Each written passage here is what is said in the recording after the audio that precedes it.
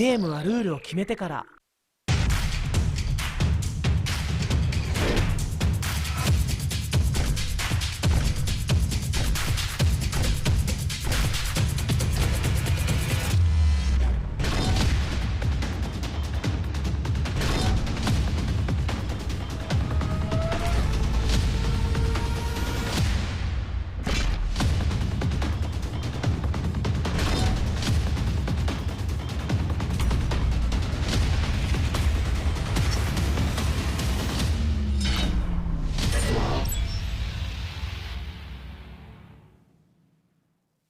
東京ゲームショウ2021オンラインをご覧の皆様、こんにちは。ここからのお時間は主催者番組をお送りいたします。それではどうぞ。TGS2021 主催者番組 Organizer Program IGN Japan presents Ask IGN Global What the World Really Thinks of Japanese Games.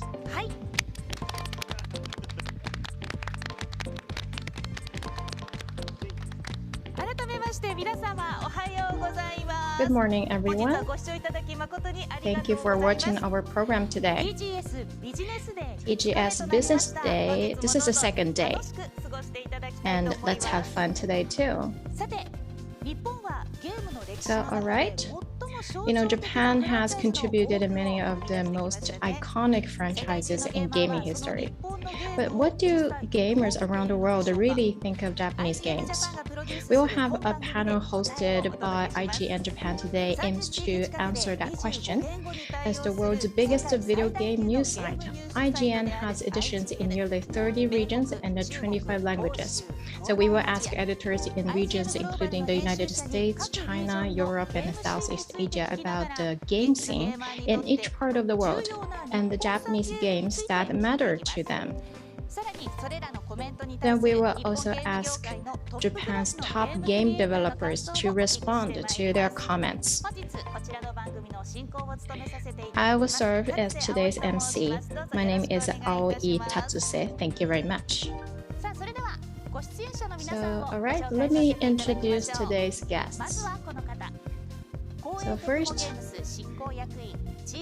the Executive Officer of Koei Tecmo Games and Head of Team Ninja, Fumihiko Yasuda. So he served as a planner and a director of the Ninja Gaiden series. Then he worked as the director for Nioh and a producer and a director of Nioh 2 before assuming his current position. Thank you. Thank you. I'm from Koei Tecmo Games. This is my second. I have some hangover, but I will try my best. That's very nice of you. Thank you.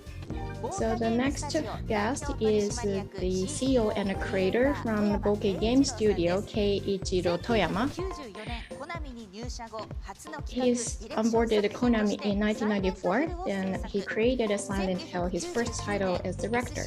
He left Konami in 1999 and joined the Sony Computer Entertainment, now the SIE, to create the Siren and the Gravity Rush series. He founded Bokeh Game Studio in 2020 as an independent studio. My name is Toyama from Bokeh Game Studio. I came to Makuhari for the first time since a long time ago, so I'm very excited. Yes, please enjoy today's programs. So the next guest we have today is the chief editor of IGN Japan, Daniel Robson. He's born in England. He worked in media since he was a college student, and he worked as a journalist in England for several years. And in global media, including Japan Times, etc., as a journalist in games and music. And then he came to Japan in 2006. He launched IGN Japan in 2016, and he also became the chief editor. Thank you for having me today. I'm really happy to see everyone in the same room. I hope that I can contribute to this program. So, have you three met each other before? Not really. So what I heard is that Yasuda-san, your hangover is also caused by Toyama-san has some part in it. Well, actually, we had some meeting before yesterday for this meeting for today's program. So we had some drinks together in the room. Yeah, we drank lemon sour, just one glass. And Toyama-san, I heard that you like spicy food. You really like spicy food. Yes, you're right. So last night, did you eat spicy food too? No, I didn't. Across the Kaihim Park, there is a really nice spicy food restaurant. I haven't had an opportunity to go there. I think we should talk about games. But anyway, they are good friends. And Tatsuse-san, you also come to IGN programs many times, so happy to see you again today. I think you're called as the queen of retro games. But today I'm serving the MC. So anyway, IGN Japan presents. This is today's program. Let me introduce IGN first. Please watch this video. What's up, everybody? Good day, everyone. 皆さんこんにちは。 Hallöchen. Всем привет! 大家好! 안녕하세요. What's going on, everyone? This is a message from your friends around the globe at IGN. 今はグローバルなコミュニティが最も大切な時代です。 La plupart de nos jeux, de nos séries, de nos films favoris sont d'énormes licences globales. بس كل ما دورنا أكتر حوالين العالم Tym bardziej niesamowite rzeczy odkrywamy. जो दुनिया भर के local communities के लिए special और unique होते हैं 而且你永远也不知道下一个全球化的热点发生在这个星球的什么地方。 Darum haben wir mit IGN eine der globalsten Medienmarken der Welt geschaffen. ולא רק בגיימינג, כמעט בכל נושא ברשת. 세계 곳곳에 있는 IGN 팀원들이 Somos a única e verdadeiramente global marca de mídia de games e entretenimento.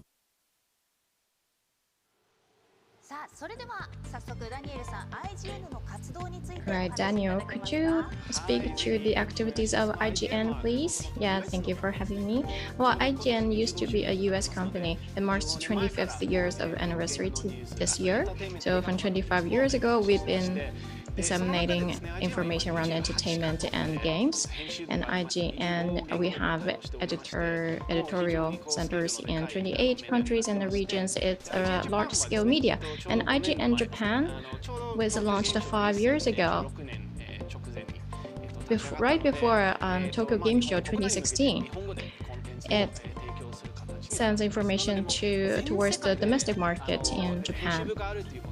So we have editions around the world, and we can get directly involved in any kind of events. Of course, this year's Tokyo Game Show, we're going to create content in Japan, and we are going to disseminate that kind of information towards the world as well through translations, and E3, some other the media overseas.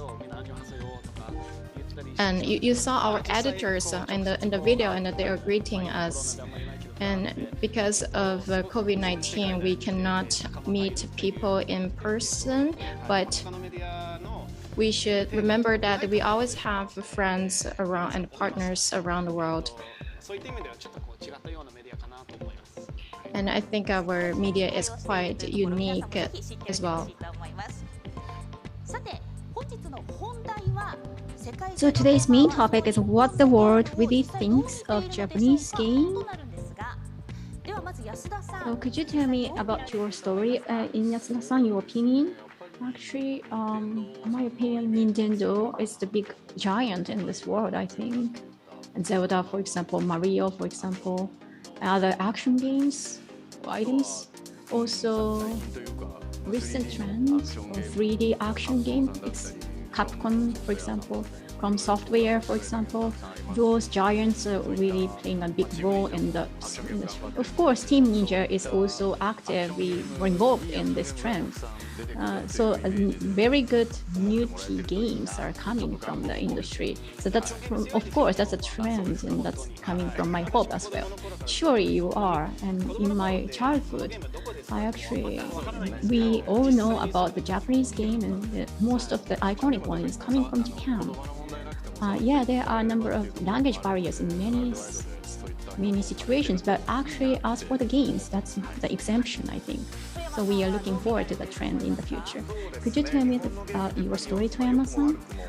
Unfortunately, good or not, Japanese games really sounds like Galapagos, or many people say like that. But actually, of course, sometimes the games industry are really complex and really bigger than others, so that's why they're called as Galapagos Island. But actually, the world is becoming diverse, and Japan, of course, the same goes with the trend. And also, we also had attraction from the world in the Japan trend, I think. Especially Toyama-san's creation is really so-called typical Japanese trend. For example, Teil you created is really like Japanese style thing, I think. And other story is also similar to anime, manga, and that really iconic to Japan. And also, of course, many gamers from the world also focus on the Japanese trend as well, like you. And of course, the Japanese trend, sometimes it's really difficult to catch up with the global trend. But not only the trend, but also we also more focus on the Japanese iconic things or Japanese strength in the world. So I really agree with that, and it's really marvelous things to talk. And could you tell me the editorials that we try to talk about the other topics, and why not watch the video? So could you tell me what the worry thinks of Japanese goals and trends in the game market of each country in reaction of Japanese games? So as I told you, 28 countries, including 25 languages. Of course, it's really difficult for us to adopt all those languages or regions. But iconic 5 regions are selected to join this event. And today I just had an interview many presenters from Asia or Germany, in Malaysia, for example, and IG or Brazil, and probably IG in China. That's more attractive, I think. And many countries around the world, the IGN editorials have joined this interview. And we can see the differences between each regions or each country's trend. Among these trends, what's the difference between Japan and the world? It's really attractive and it's really interesting for both of us, I think. So that's a good opportunity to know. So let's go to the video. My name is Kat Bailey, and I'm a senior news editor at the US edition of IGN. And I lived in Japan from 2006 to 2009. Hi there, I'm Manuel Fritsch. I'm chief editor of IGN Germany. I'm a podcast host as well, and I love video games and board games, as you can see behind me. And I'm in this industry as a journalist for over 10 years now. Konnichiwa, I'm Dale, the content producer for IGN Southeast Asia. Hi everyone, my name is Jean Carlos Mota. I am the editor-in-chief at IGN Brazil, and it's a pleasure to talk a little bit more about Japanese games. Hi everyone, I'm Charles, the chief editor of IGN China. It's so great to meet you. 皆さんこんにちは。はじめまして。IGN 中国の編集長ようです。どうぞよろしくお願いします。2021 is the first full year of the PS5 and Xbox Series X in North America, and I would say it's been a pretty good year for the two consoles. They have both been outpacing the previous generation, actually, despite chip shortages and acute shortages elsewhere. However, they've also been impacted by the COVID-19 pandemic, which has had a cascade effect across all games. There have been a lot of delays this year, lots of games being pushed into 2022. Probably the biggest industry trend right now is service games like Fortnite and Destiny. They are very popular because they can be played into perpetuity. They make a lot of money. They're very popular on streaming services. And games like GTA 5 are going to be able to live until next year. They're coming out in its third generation, which is completely wild. Major single-player games, meanwhile, are prestige action games that are designed to win awards, like God of War, coming from the PlayStation 5, or Spider-Man, or large open-world action RPG sandbox games like Witcher 3 and Cyberpunk 2077. Smaller trends include roguelites, which is a genre in which every time you die, your run is reset, levels are randomized, and indie developers like them because they provide interesting storytelling opportunities, and also because they are a way to kind of extend the game longer than you would see otherwise. Xbox Game Pass has become quite popular in North America. In fact, day one on Game Pass has become a popular saying. It has given smaller games an opportunity to shine in a way that you would not normally see. So the biggest question in Germany at the moment is, when can I finally buy a PlayStation 5? There's not enough consoles here at the local markets and everybody wants one. Everybody needs a new PlayStation 5 to play all the new games. That's like the main talked topic about here in this market. Well, if we're going to talk about trending games here in Brazil from general franchises, I mean, we have a lot of things because Brazilians just are passionate about video games. Well, first of all, it's Brazil. So every year, soccer games are really trendy here. Football games are really trendy here, from FIFA to now eFootball. But it's not just about the football. It's about any kind of genre. I mean, we really see guys motivated about online games. Battle Royales are really trending here right now. Also, MOBAs, they're never out of fashion here. If we drill down to console games and PC games that are not necessarily online, well, people responded really well to God of War and to recent games like Hades and Last of Us. Everybody is motivated about Forza Horizon and Halo as well, these new games that are coming up really soon. So everything that is trending globally, it's also really trending here in Brazil in general. In the past 10 years, Chinese gaming market is growing fast and has huge potential. But there is one big difference between the Chinese market and the Japanese or US market.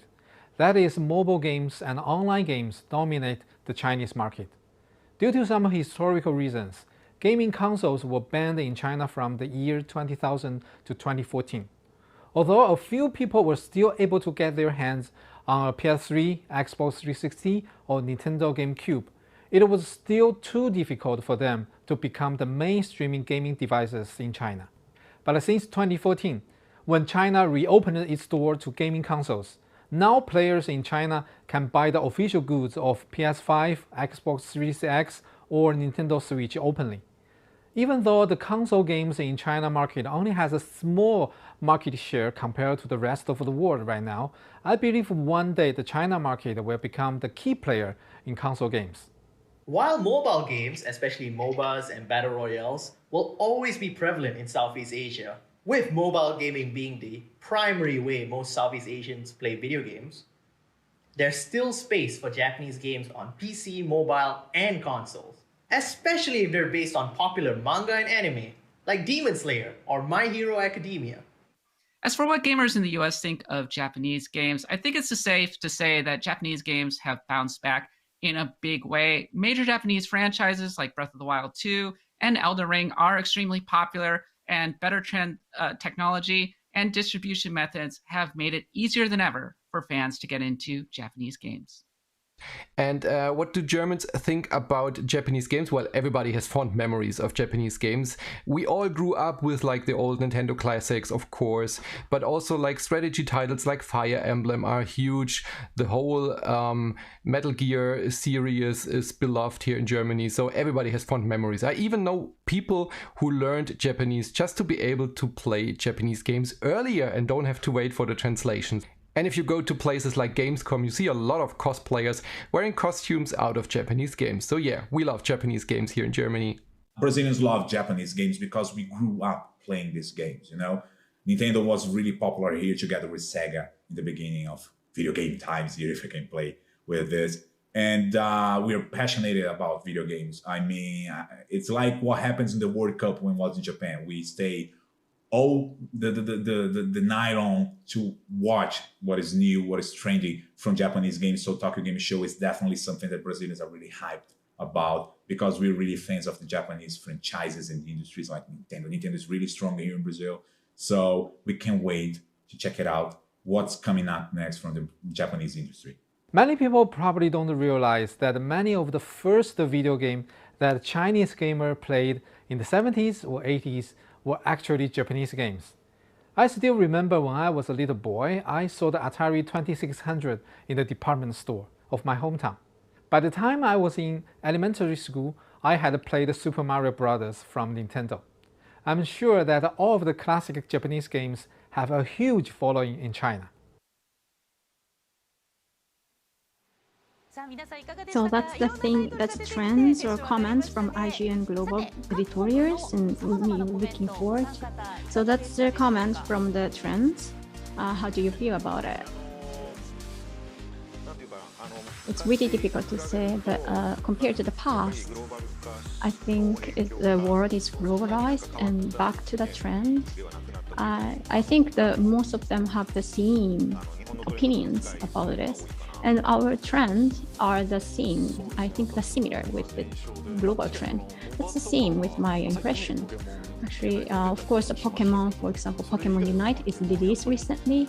And basically, Fortnite or MX, other Japanese trends or big makers are also popular in the world trend as well. So, for example, how do you think about the other topics, like not only Japan, but I think Japanese trend? I think Hades is also popular, but not many global giant is popular in like. So I think that some European title is much popular than Japanese one. Other than I think a console is not bought in China, especially. They deregulated the rules, and many Chinese can get some console games like Switch. But in Japan, for example, I think in my impression, Japanese market console games is popular still. So I think they can expand their market overseas, especially China. So I'm not sure exactly the regulation of China, but could you tell me the trend or your thought? It's really difficult to explain, but of course, it's a thing.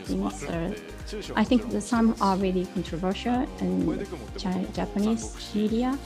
But here, for example, in China, other games or some games are really popular in the PC or smartphones as well. So not only that, but also China or other China-made one is also changing. So I think they are producing a number of games that's not seen in Japan. So I think the world is mixed. So trend is also, so the new trend is coming from China as well. Sayuki also is really, I'm really looking forward to the series. The visual is really marvelous, so I'm really looking forward to. I think that trend is also coming from China, so that's a big change in the world. For Malaysia, for other countries, not only Japan, but some are producing the games, not only Japan, from the world, and some are coming from Malaysia, for example. Some series of that big giant title is coming from Malaysia, for example. So the world is diverse, and many producers are, of course, coming from all over the world. So that's another trend. So many comments, eye-opener of our idea. So thank you for your thoughts and thank you for your comments. Let's move on to the next topic, the trending Japanese games recently. Daniel, over to you. Well, for recent trending Japanese titles, yeah, I think that's your question. At one time, about 10 years ago, Japanese games were not so well received overseas, but recently it's becoming more popular. So I want to ask others what are the popular Japanese games?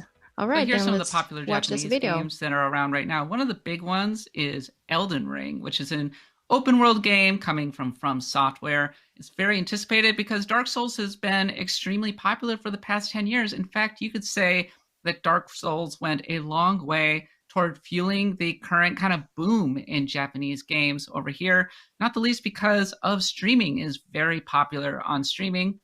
Of course, Nintendo remains very popular as well. The Nintendo Switch continues to sell very well. Legend of Zelda, Pokemon, and of course, Animal Crossing, which became a nationwide mega success last year. In fact, Animal Crossing was so popular, it had its own talk show on Twitch in which celebrities were coming on the show to talk about it.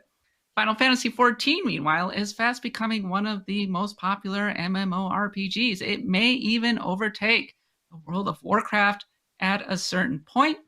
Japanese games will always be highly regarded in Southeast Asia, with many of us growing up on Metal Gear Solid, Pokemon Red and Blue, and Final Fantasy VII. Especially with the JRPG genre, whether it's a new Final Fantasy game or a new Pokemon game, Southeast Asians are more than happy to make a return to their favorite franchises. With Japanese voice acting, of course.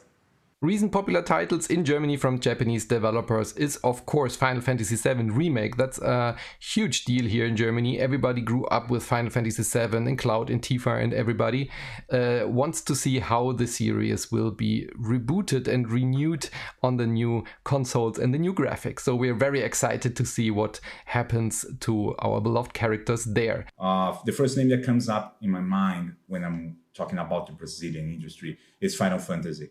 I mean, every time something about Final Fantasy comes out, Brazilians just got crazy about it. I mean, the remake series, Final Fantasy VII remake series, is something that is really trendy here. But I don't know if it is as trendy as Souls-like. You know, Brazilians just got passionate about it. So Elden Ring was a big hit when it was announced.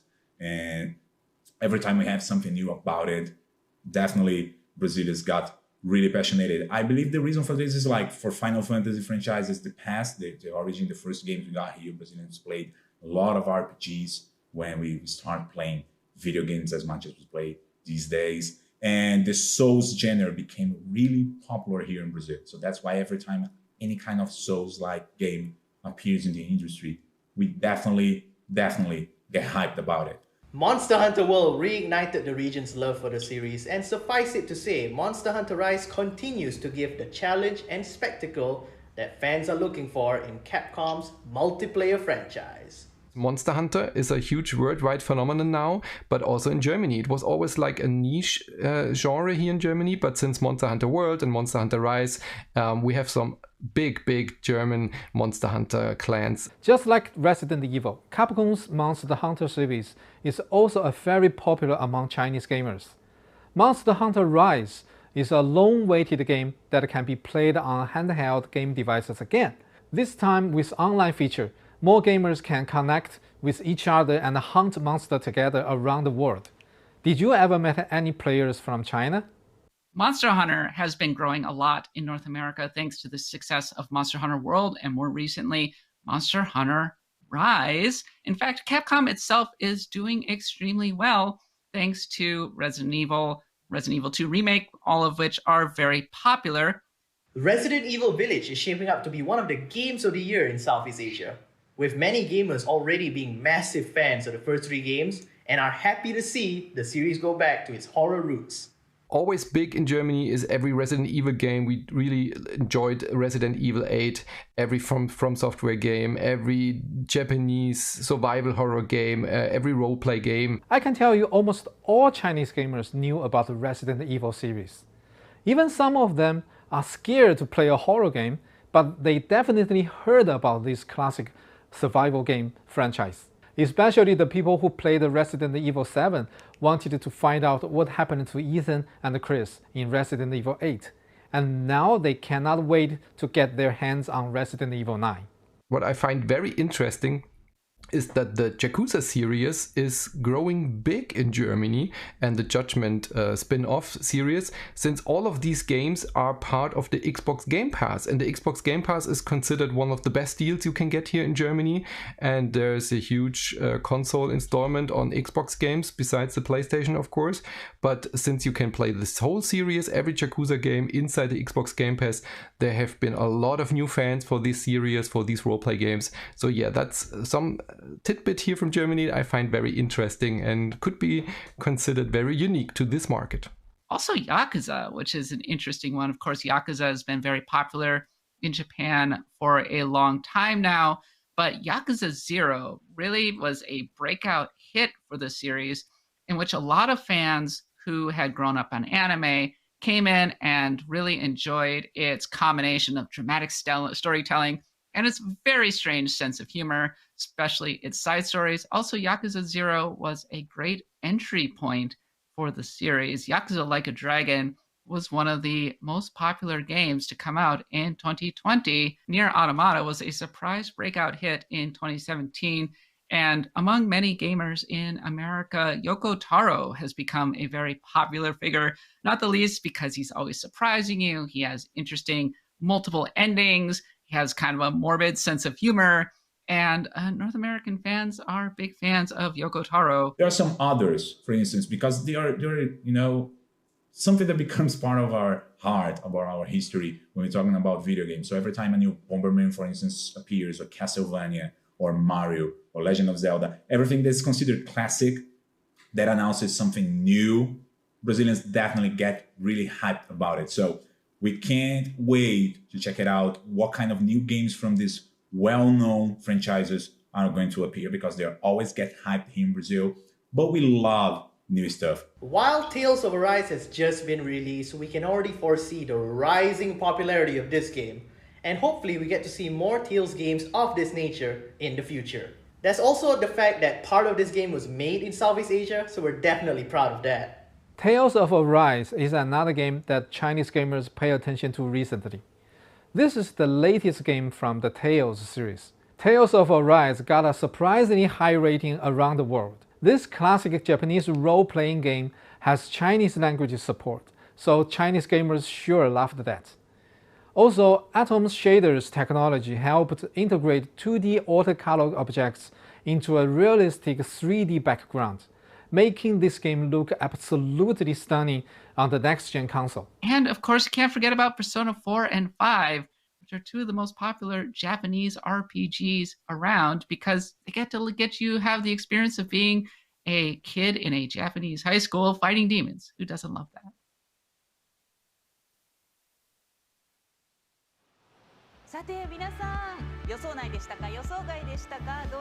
So, was it a surprise to hear those titles mentioned in the videos? Let's ask our guests.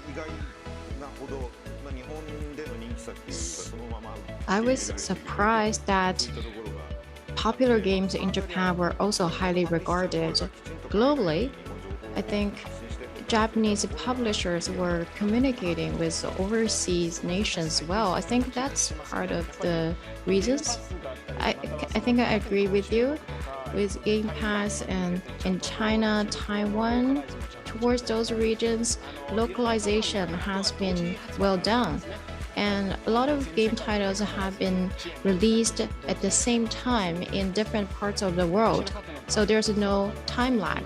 That's something didn't happen in the past, and which is now possible. Well, yet, the production is really hard to be able to release a title globally, but I think thanks of that, people around the world can share the same topics.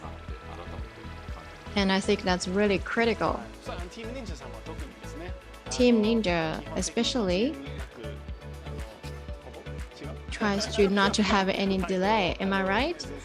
To release your titles globally, right? Yeah. Well, yeah, I can sense that it's a really hard work, intensive work, but yes, we're really trying our best to create good games. And I think they also mentioned some hard action games. Team Ninja's Neo series is one of them, and Neo is highly evaluated around the world, and the sales were pretty amazing. What do you think?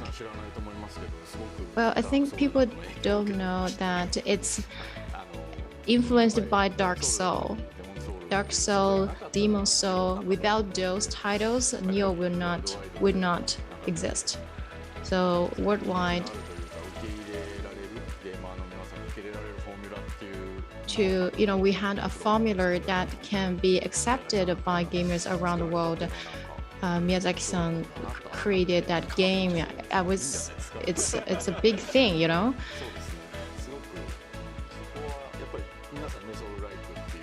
So Soul-like is really popular, as the editors mentioned in the video, and I also share that view. We also like it very much. That's why we also create that kind of game. And horror games were also mentioned a lot. Japan has a strength in horror games genre. Silent Hill, Siren, for example. I think the current game that you're developing also has some horror taste.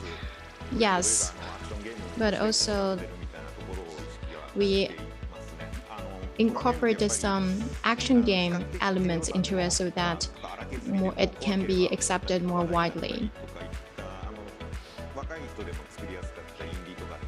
And indie games are more easily created by young people, and that is also an area where Japan has its strengths. Yeah, games and films. I think the horror taste, the horror nuance is getting stronger. Sadako is well known, and Siren Hill, I think people are also looking forward to it. Gravity has also some horror elements. Gravity Rush. The monsters are kind of scary. Yeah, I think it was incorporated into the game naturally. Thank you very much for your comments. In every part of the world, I'm glad to see that Japanese games are trending in the world too. Now let's move on to the next topic. Japanese games that are going to trend down the road. Daniel, over to you. Thank you. As I mentioned, the editorials also focus on Japanese works, and of course, other gamers around the world has been looking forward to. That's the topic of the video. Breath of the Wild 2 and Elden Rings are two of the most anticipated games from Japan that are coming here in North America. Zelda Breath of the Wild, of course, was the game that kicked off the Nintendo Switch, and it was hugely popular here. We've only seen a little bit, but every time we see a new trailer, people are just crazy for it. As for Elden Ring, Dark Souls type games are hugely popular. Open world games are more popular still, and Elden Ring and Dark will be able to combine both of them. Two of the biggest games that Southeast Asian gamers are excited for are Elden Ring and the sequel to The Legend of Zelda, Breath of the Wild. Action RPGs are already one of the region's favorite genres, so the hype surrounding these two is immense. From Software's first foray into the open world genre will be a sight to behold, while Nintendo's long-awaited sequel has a lot riding on its shoulders, and we can't wait to see what they both have in store. There is no doubt the most anticipated Japanese game for Chinese gamers is the sequel to The Legend of Zelda Breath of the Wild.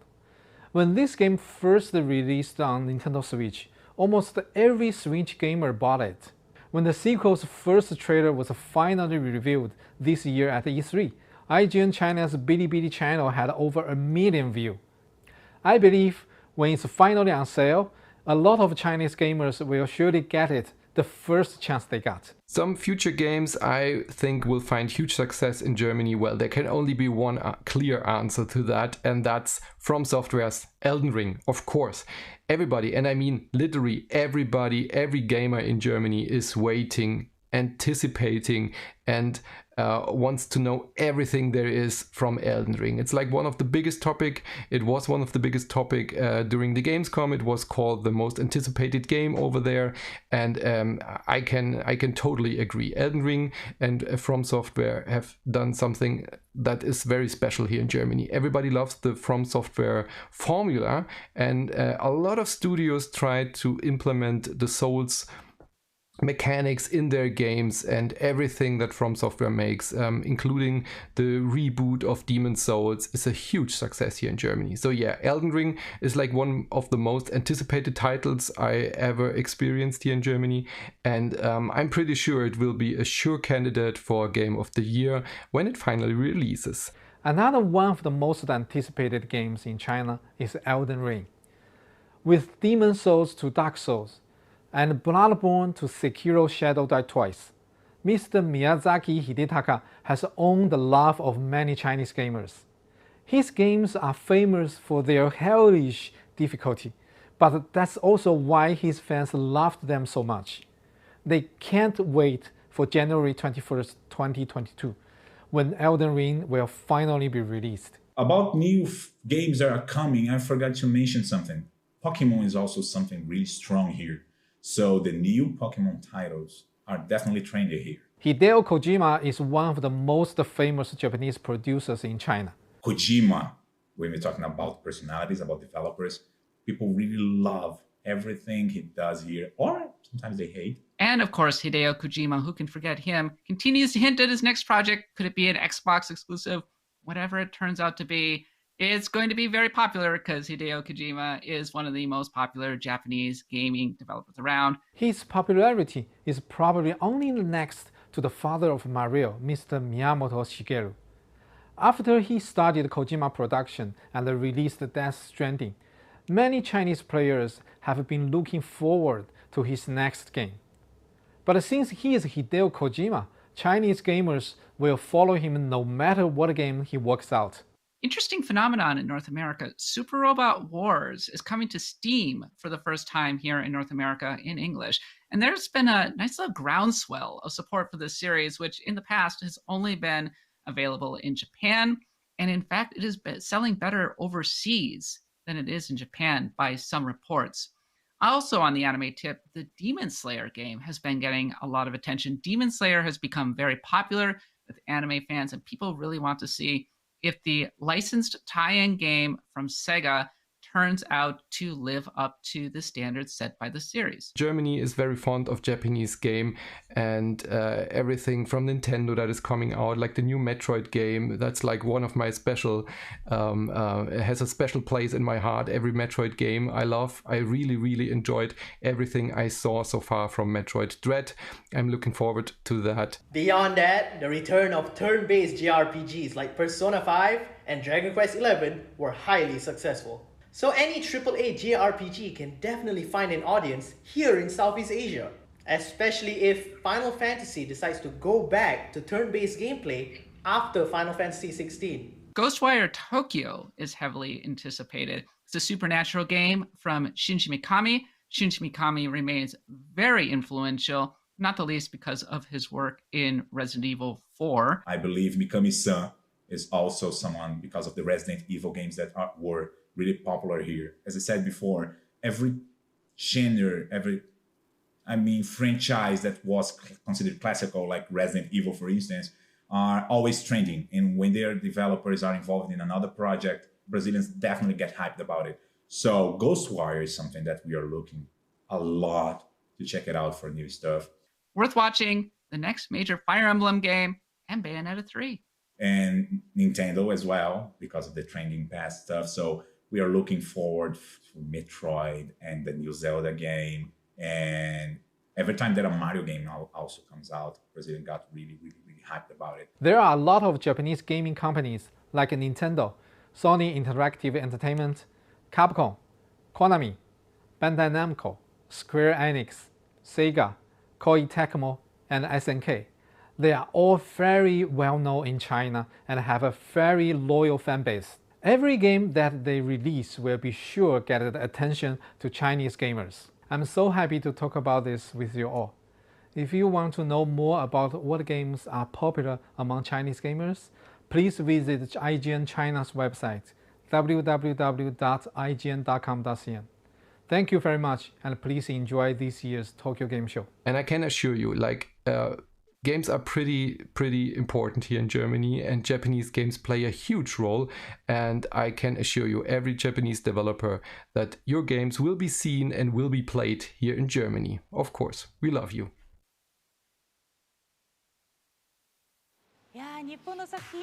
That's a good comment from the world, and they have attracted attention to Japanese trends. Could you tell me your thought about the video?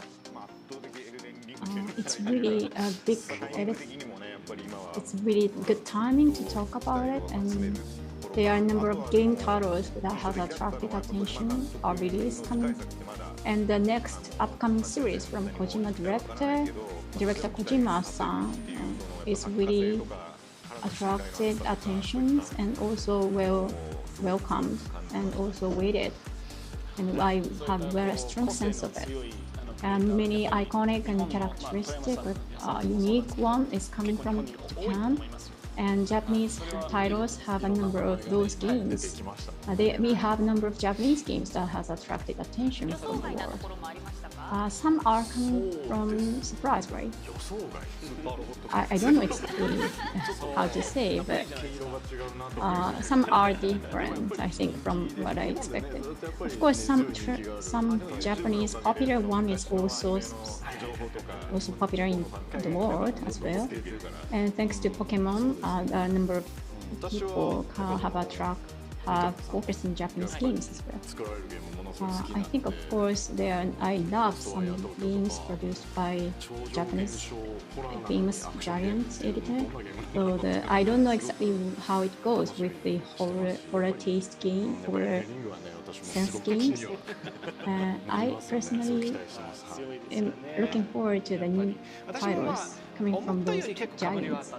I actually, surprisingly for me, some titles are the one that I expected. And the Super Robot Wars, for example, that's one example. Some are different, but basically many people, and same like me, are looking forward to the new titles coming from Japan. And of course, some titles are different from that I expected. I love the Zelda in childhood, so that's why I'm looking forward to the next series of Zelda. That's one thing. But for example, the other one is some are not seen in the Xbox or Nintendo Switch, but all of a sudden they come to the market and suddenly they got so popular. And some titles in China, they haven't produced in console style, but some people who love the Japanese title in childhood, but suddenly changed their mind and suddenly love to the Japanese game as well. So that's another trend in the world. That's what I'm thinking. Thank you for your comments. So, for example, the memory that you played in childhood can be influential, and that memory can open your eyes to the other games or series. Yes, I actually was called as a queen of the retro games, so I was fond of those games. But I think in the new series, we are looking forward to those two new waves. Probably it's almost time. So at the end, I want our guests to say something about today's program and send a message to our audience. Yasuda-san, over to you. Yeah, so today's theme is to talk about games globally, global game titles, and since we are creating games in Japan, so we cannot see overseas users' direct response, but we would like to continue to create good games to entertain the audience around the world. And I think you also have some announcements. Yes. Some IGN people mentioned the Final Fantasy action game is now under development at team leader, and at 7 p.m. today from Square Enix. There will also be new information coming up. So sorry, that was some advertisement. Well, Final Fantasy is popular around the world, and the Team Ninja's action games are fantastic. I'm really looking forward to them. Thank you very much. Thank you. Toyama-san, how about you? Yeah, thank you. The borders are disappearing in the world, and that's something I realized again. The game that I'm creating now is an action adventure that has some horror elements, and I hope that I can communicate about my work toward the world as soon as possible. So I'm now working on it. Well, actually, I really want to hear everything about the game that you're creating here right now. But I believe that the title that Toyama-san is working on, there are a lot of people around the world who are waiting for your titles to come out. Well, thank you for saying so. I will do my best. Well, you cannot find another person who created so many buzzworthy titles. Well, thank you for all of you, and Daniel, over to you. Well, you heard the voices from our IGN editors around the world and the guest comments today. I'm really happy to be here today. And in the video, you heard that IGN, they ask you to visit their IGN websites. Actually, if you go to the IGN website, there is an icon where you can choose the region, so you can go to every IGN website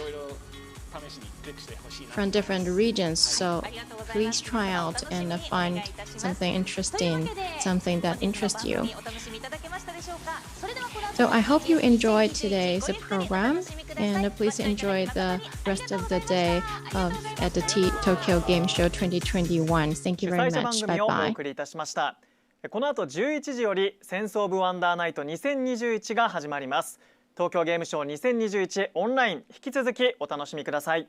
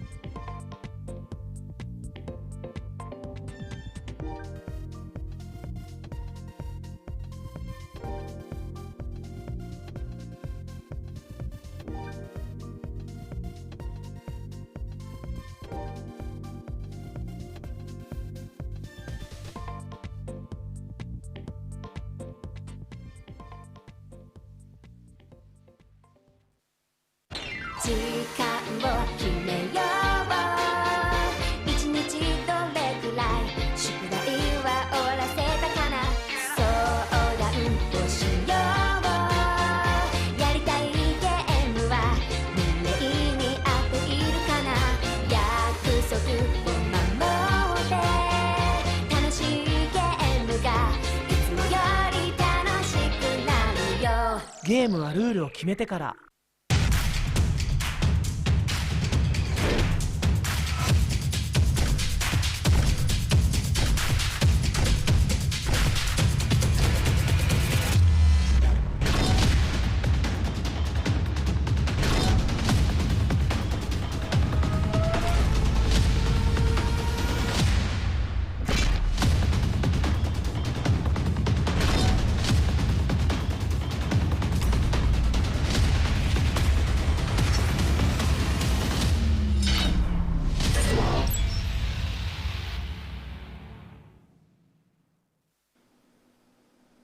東京ゲームショウ2021オンラインをご覧の皆様、こんにちは。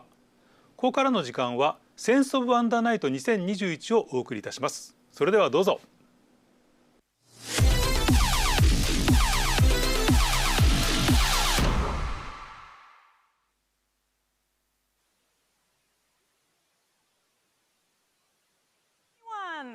皆さんこんにちは。そしてセンスオブワンダーナイト2021へようこそ。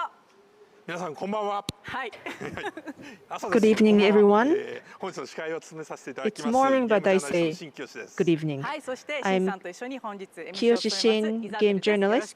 I'm Isabel. I'm co-host. シンさん、やっぱりこんにちはとこんばんはということで、 Hello 世界 and 中 good の人が evening. このイベントをいつも見ていただいているということでね。So we have audience from all over the world, and this is the 14th time we are commemorating 25th anniversary of TGS. So thankfully we organized this event this year as well. Thank you very much. And Sense of Wonder Night is held at Makuhari. We are back in Makuhari. We are very pleased about that. Because of the pandemic, we have it online, but we are in Makuhari. Makuhari is great. I feel that we are part of the Tokyo Game Show. I want to share this atmosphere with you as much as possible, though you are joining online. And those who are joining us for the first time, I want to explain what it is about. Sense of Wonder Night is to discover new game ideas that will catch people by surprise and give sense that something will change in their world. And we have indie games competition, and there were 286 applications from 50 countries and regions. And we selected 80 out of 286 already with the judges. And the judge also selected 8 as finalists. We have one title from Canada, Dutch, India, and Belgium, and we have 2 titles from Japan and Israel. Shin-san, we have many applicants, and now we have finalists. The quality is very high, or the titles are very interesting. We have 8 judges on the panel, and we gave a score and selected those 8 titles. Every year, we see expanding coverage of the participations for the competition. So the culture is also spreading out. That means the competition is also increasing. It's very difficult for us to make a decision on the finalists. When you have more participants and you have different color from different countries, correct? We see the difference in culture is also reflected in their titles. We have 8 finalists today. How do we break them up?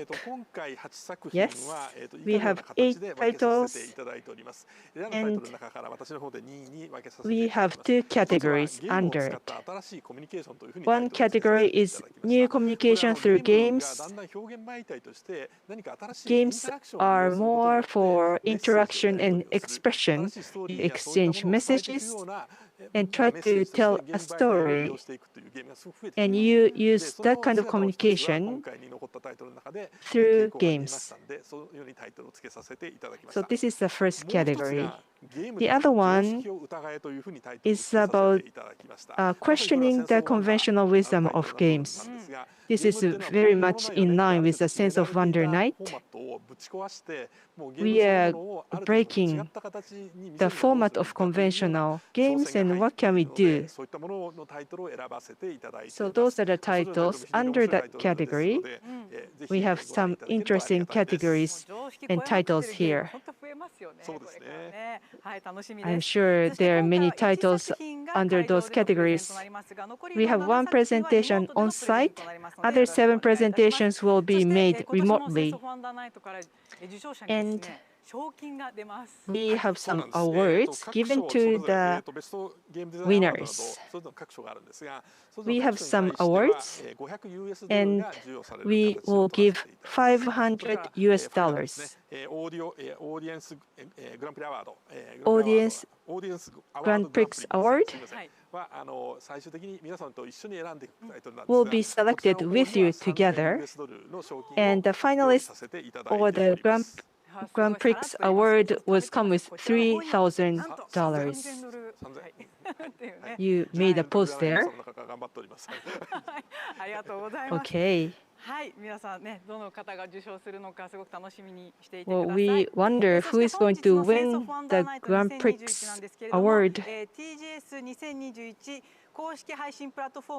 We are using TGS 2021, and we also use YouTube, Twitter, Twitch, Nico Nico, Facebook, TikTok Live. We also have Amazon location. We have many platformers joining us. We also have English and Japanese channels. We have hashtag SOWN2021 as a hashtag for Twitter. Okay, let's start the Sense of Wonder Night 2021. This program is sponsored by Sony Interactive Entertainment and Nintendo. Shin-san, this year as well, we do not have the physical smile hammers. I miss it, but instead, we have something else, right? Yes, because we are having this event online, virtually, we cannot have an in-person event. What is most important part is the award is decided by the audience. This has been interactive, particularly in a Sense of Wonder Night event. Audience can express the comments and feelings about the games. And particularly for this year, that will be very important for Award Grand Prix. So if you like the game, please give us the pico pico or smiley face or comments. If you are using the Twitter and other social media, you can send us the smiley faces. If you like the game, please give us pico or one smiley face. If you really like the game, please give us pico pico or 2 smiley faces. If you think the game is the perfect, please give us the pico pico and smiley faces, as many as you like. So if you feel the sense of wonder, please give us smiley faces and pico picos. So I would like to talk about why this is important. In a Sense of Wonder Night, Audience Award Grand Prix is the highest award of Sense of Wonder Night. This award is determined by how many pico picos and smiley faces the presenter has. I have the state-of-the-art eyeball sensor. I am equipped with the sensor. So actually, I am reading the chat and the comments you are giving. So during and after the presentation, I will be looking at the pico pico and the smiley faces. We will select 2 games out of 8 games at the end, and we are going to have runoff voting. And with the Pico Picos and smiley faces, we will determine the Grand Prix. So that is why your Pico Pico and smiley face are very important when we select Audience Award Grand Prix. So please be serious and send a lot of Pico Pico and smiley faces. Now we are going to introduce the 8 judges who selected the finalists for this year.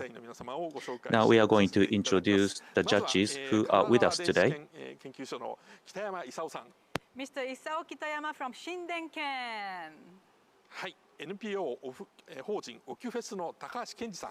Mr. Kenji Takahashi from NPO Okufes. から株式会社アウリン駒形和則さん。Mr. Kazunori Komagata from Project White Inc. それからソニーインタラクティブエンターテインメントの吉田修平さん。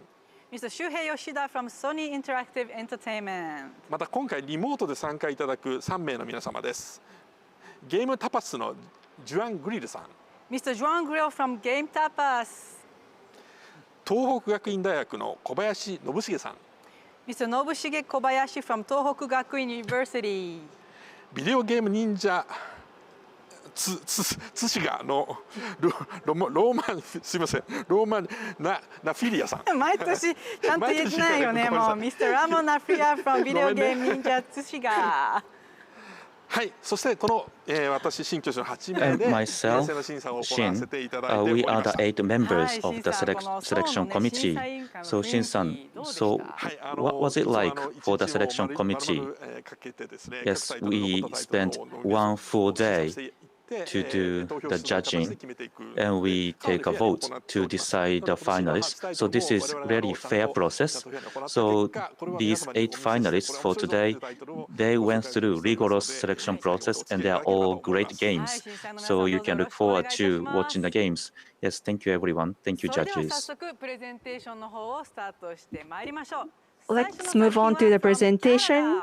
Operation Tango by Liz McDonald. Here we go.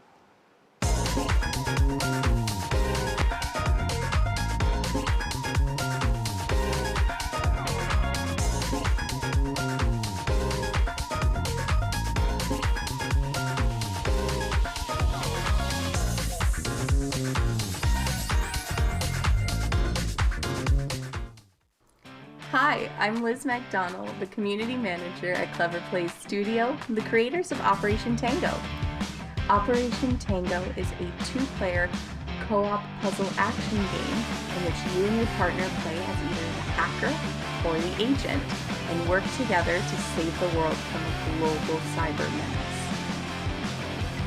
We are so honored to be a part of the competition this year at Tokyo Game Show and can't wait to see what our competitors have created. Our game is unique in that it's completely online co-op where you do have to use only your verbal communication to help your partner navigate through the world and work together to solve the puzzles. Not only is Operation Tango completely cross-play, but we do have a free friend pass, meaning that as long as one of you owns the game, you can both play it. Good luck out there to all of the competitors this year's showcase. We can't wait to see you.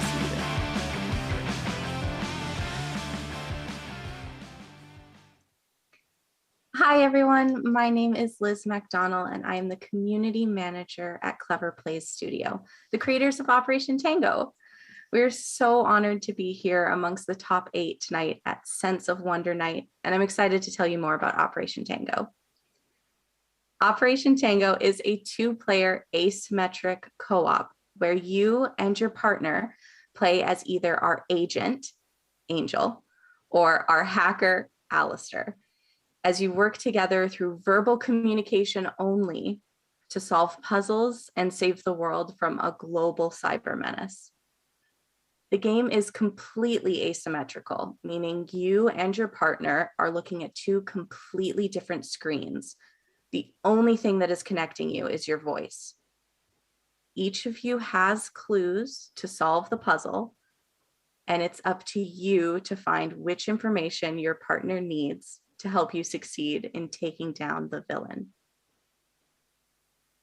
When making Operation Tango, it was very important to us to make sure that the game was accessible to all levels of players. Whether you're someone who plays video games all the time, every day, or you're someone who is new to games altogether. We wanted you to be able to have a fun and exciting time, making memories and laughing with your partner. It doesn't matter if you're playing with a friend, a loved one, a significant other, or even a stranger. You'll have an excellent time trying to figure out the biggest puzzle of all, just how to communicate to each other, how to say to your partner exactly what they need to hear to solve this puzzle. Given the fact that we have been under unprecedented times with the global pandemic of COVID-19, finding ways you can play together but apart is more important than ever.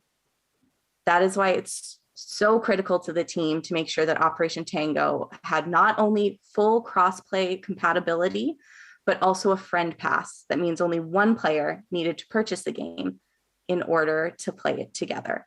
And it doesn't matter what console or system you're playing on.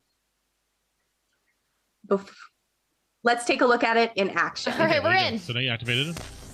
Ooh, oh, there's lasers. Okay, we're hacking. Okay, hold on for a second. Oh. Time 180.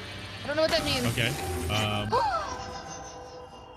Oh no. Good. Now go down into the vault and find a way to access the safe where the virus genome is stored. Yeah. Okay. Okay, so we're back at this again. Okay. Okay. What manually enter values to disable the 4 security stations.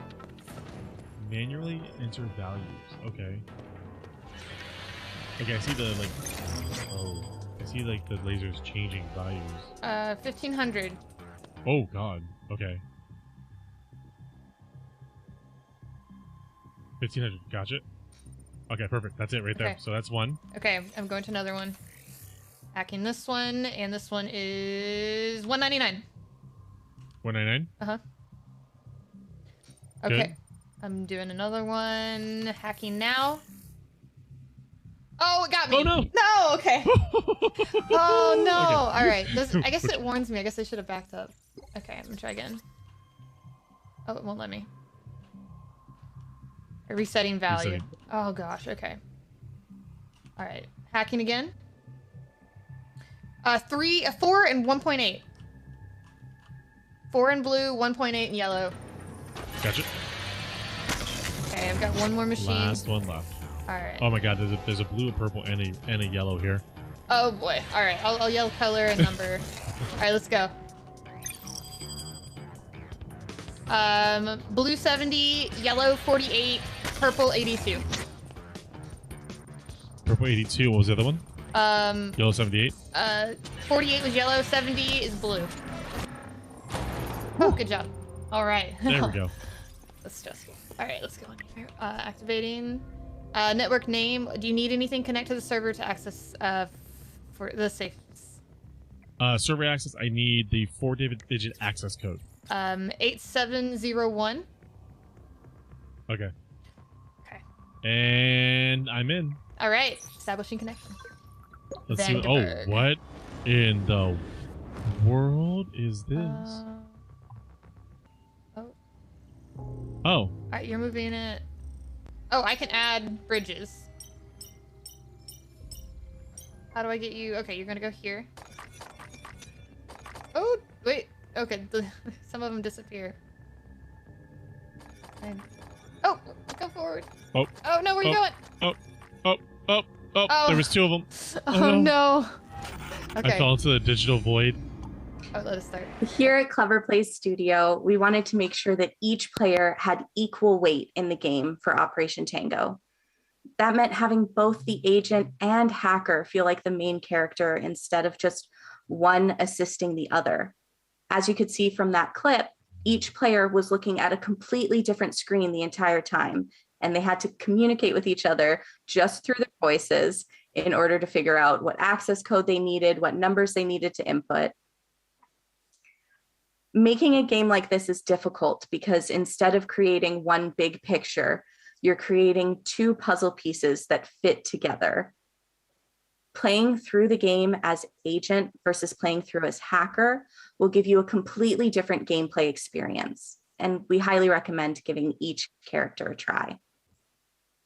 Some of our inspirations behind Operation Tango in its theme and art style were very much from Hollywood spy movies, such as the original Mission Impossible, where the focus wasn't necessarily on violence, but instead on quick thinking, being stealthy, solving puzzles, and really cool gadgets. We also took heavy inspiration from games such as Keep Talking and Nobody Explodes. And for the environment and futuristic feel of the year 2038, which is when Operation Tango takes place, the team was very inspired by Kiichi Matsuda's short film, Hyper Reality. Drawing all of these inspirations together, we believe we've created a unique world set in the near future that doesn't feel too different from our own in Operation Tango. It has been truly inspiring to hear stories from the community of people playing the game that we loved creating, whether it's friends who are coping with the pandemic by having nights of playing Operation Tango together and getting frustrated with each other when the other isn't listening, or loved ones who introduced their partner to gaming through an Operation Tango date night. We love creating games that are smart, fun, and create lasting memories. When you play, we look forward to seeing what else you have in store and what else is in store for Operation Tango. Our growing community is so wonderful, and we thank every one of them and all of the participants in Tokyo Game Show and the Sense of Wonder Night for including us in the top 8.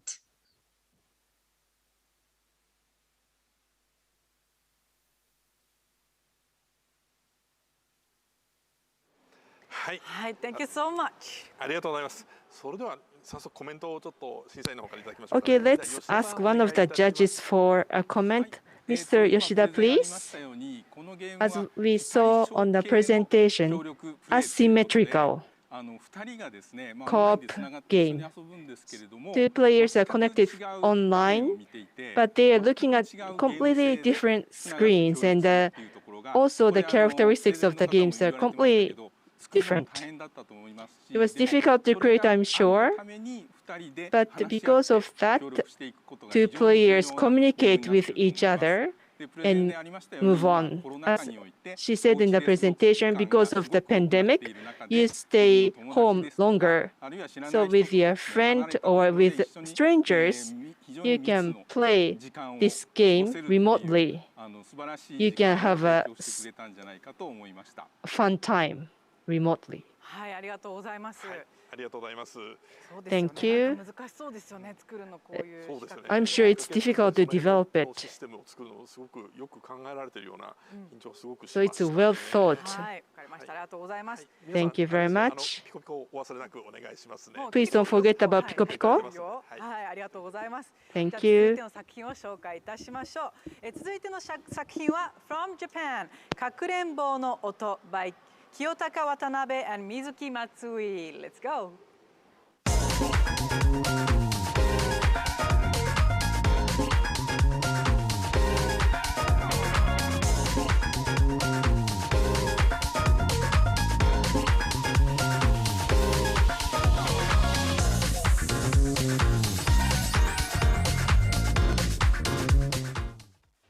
かくれんぼの音は AR 技術を This 駆 is 使し Kakurenbo no 物語 Oto を追 Hidden 体験で Notes. きるス We トーリー use ゲームで AR す。 technology and player can 最大の特徴 experience は a lot of あなたに stories. 霊を舞台 What is unique about あなた this 自身が is that 耳を澄まして player can 物語を実 listen 際に to 追体験 things していくところです。 and you can experience the ゲーム stories. が始まるとあなたの足 Once 元 you だけ start the 照らされ game, たカメラ you 映像 can を only 映し look at the feet through the camera. 主人公が暗闇の中を進むのと同じように So the player walks through 物語 the の dark 謎を room 解明して and い you く。 also have to walk so that you can solve the riddles.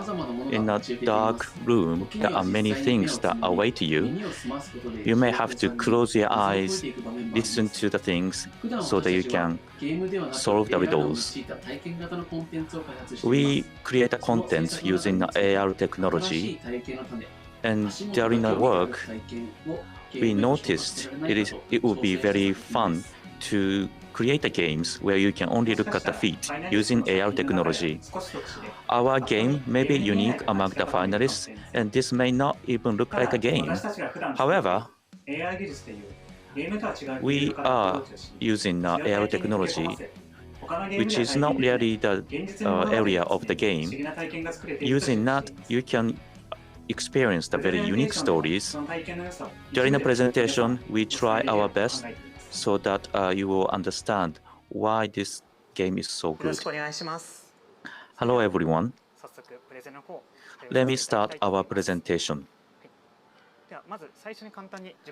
First of all, let us introduce ourselves. We are a creative unit named Katakoto. I am Watanabe, engineer, and next to me we have Matsui, the designer. So we are the group of two. We create the contents in combination of digital and analog, and our work is not necessarily a game. And this Kakurenbo no Oto, the hidden notes, is the latest work. In nutshell, in your room, you can experience the story. This is what the game is about. Instead of me explaining this, I would like to show you actual gameplay. So we start the game. Once you start the game, in front of you, you will see the real world and also a girl. And the girl tells you to close your eyes. And that's when you have to close your eyes and listen carefully. That's how the story starts. And on your feet, there are light. And this is the only light that enables you to show your feet. And actually, you take step one by one. In a dark room, there are some clues, and there are a couple of footprints. So that is kind of the information you continue to collect, and you walk, and you are also the player in a game. And in a dark area, sometimes you notice some object. This may be a sketchbook. And this one, this is the pencil. So let me pick it up. Then going back to the sketchbook, and you see some picture. It looks like a tree or something. And I have the other pencil, blue pencil, and I pick this up.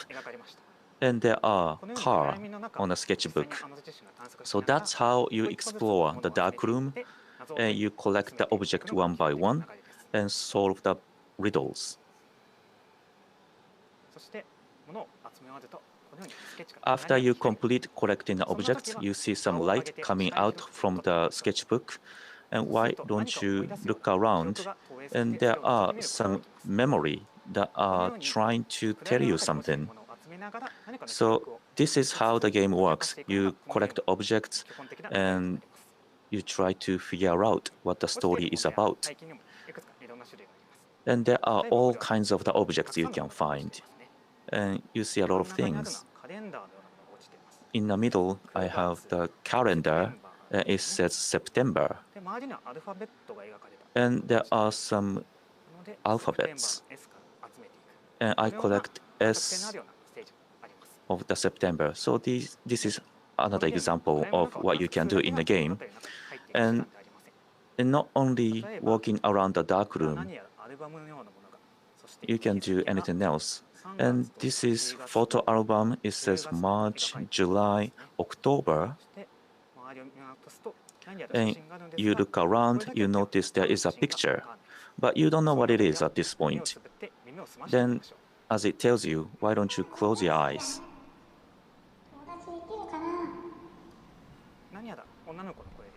And we heard the girl's voice in a school ceremony to enter the school.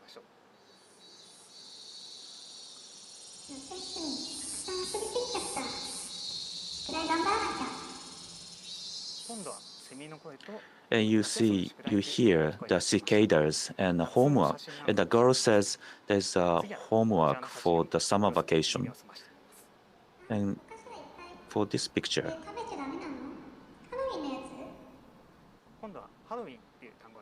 And the girl said Halloween, I think. So I think this picture is about the autumn or October. So when you don't know what to do, you get closer to the object and you may hear something. And that could be the clue for the story. So these are the gameplay and this is how the game works. Now I would like to talk about how you can really experience the game and story and background. And we created the prototype of AR where you can only see your feet. So it was not a game. The AR enables you to look at your feet only. But I saw the potential here. So starting from the prototype, we did some development, and there are two pillars of the stories.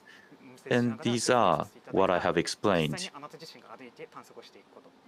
One is you walking, and the other one is it is you listening.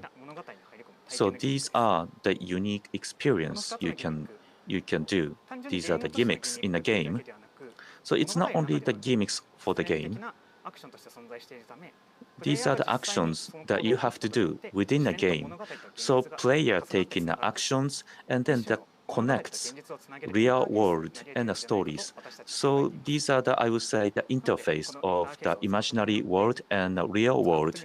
Using that interface, it's not only about the technological fun aspect, it is incorporated in the experience, and that creates the new experience.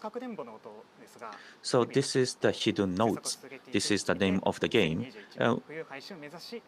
We would like to release the game in winter 2021. We are developing the game, and this is kind of the unique game. So this is all about the trial and error. That is the process of developing this game. What I am feeling is that this is kind of the process that all other games have gone through. Creators are having a new idea about the unique experience. So we are all doing a trial and errors to create something new. And that really resonates with us because this is what the game is about. You try to walk in a dark room and try to solve the stories and riddles. And that is the feeling behind this game. And this is the message I want to deliver to you. Thank you for your attention. Thank you. Yes, it was intriguing. And in order to play the game, I have to clean my room first. Yes, you have to do that. Yes, it was intriguing. I'm interested in what the story is. Now, Kitayama-san, please make some comments about this game. At the first glance, it caught my eye, and I was wondering how you are using the technology to look at the feed and listening. So I believe you are using technology of the microphone of the smartphones and camera function. And as you show in the presentation, and we noticed the footprints. So you are really doing a combination of existing technology and the other functions of smartphones. So that creates the new interface and input of the game. And we use the information to do the speculation about the people's emotion.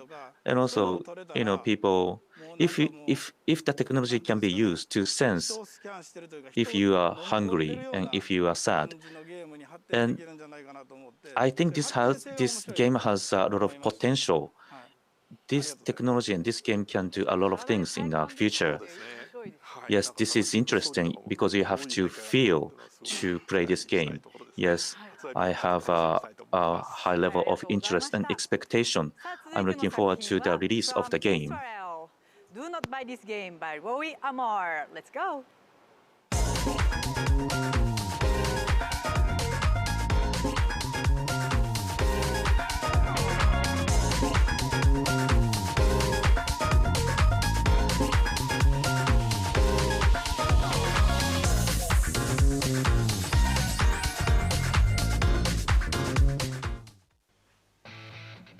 Hello, I'm Roy, and thank you for joining me for the Sense of Wonder Night presentation of Do Not Buy This Game. Do Not Buy This Game is an upcoming comedy walk sim, where the game is being built as the player plays it. Unlike most games, the gameplay is very minimal. You mostly walk around and interact with simple stuff like buttons. But the main hook is how you interact with the game's creator, a narrator that talks directly to you throughout your journey. As the game progresses, you will experience different mini-games that the game creator will try and create for you on the spot, and you'll get to learn more about who this person really is. Being a game where you are part of the story, I'm always making sure to allow the player to express themselves with choices, and that they'll affect how the relationship between you and the creator will go.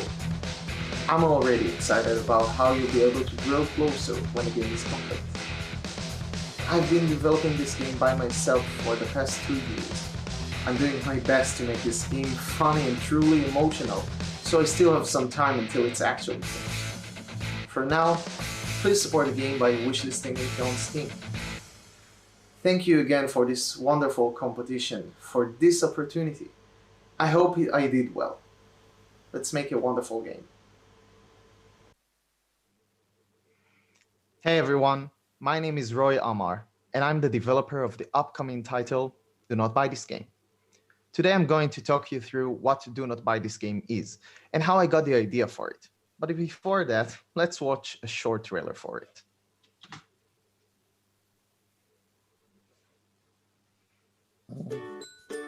What a cute dog. Oh, hey, what are you doing here? A trailer? Oh, of course it's ready. So I think it should be right.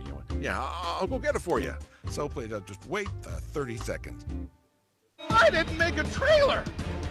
Okay, don't panic. Let's just capture something from the game. Is this a good shot? No. This is perfect. Didn't I fix that? This seems like. Oh, come on. No. How much time is left?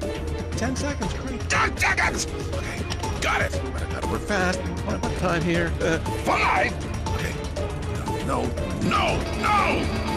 Hey! Sorry, I kept you waiting. Here it is.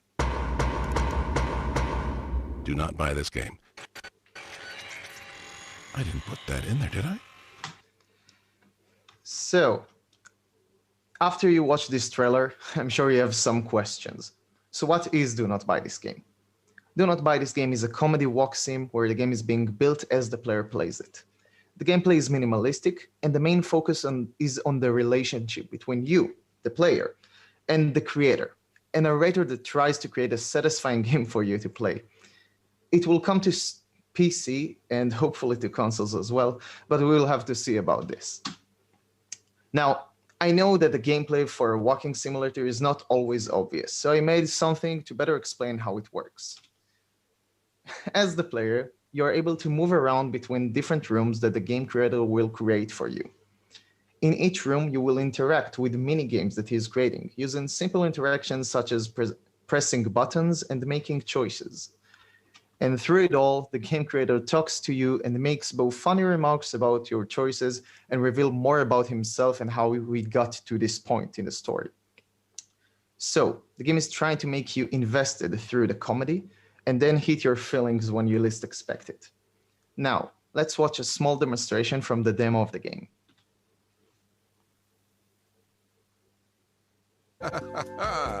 Every time you press this button, you will gain $1 directly to your bank account. Now go ahead, take as many as you want. This is probably the best button in the entire world. Don't you agree? Who needs that other useless button? When you can stay here and push until you're a millionaire. Let's press it forever.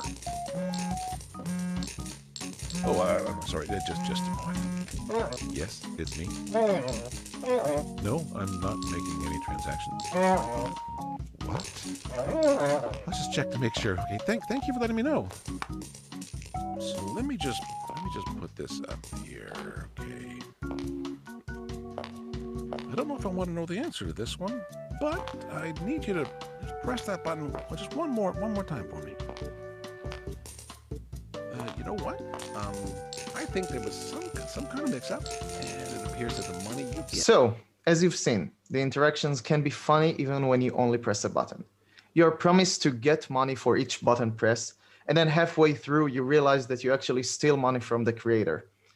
After this sequence plays, the door to proceed opens and you're free to leave the room. Or you can stay and make the creator go bankrupt. You'd be surprised how popular this choice is. So, why do I make this game? I love comedy, and I also love games. There are a lot of funny games out there, but I still think that there are a lot of unexplored ways games can be more comedic. Storytelling is a huge passion of mine, and I believe this sort of game is great to focus on exactly that.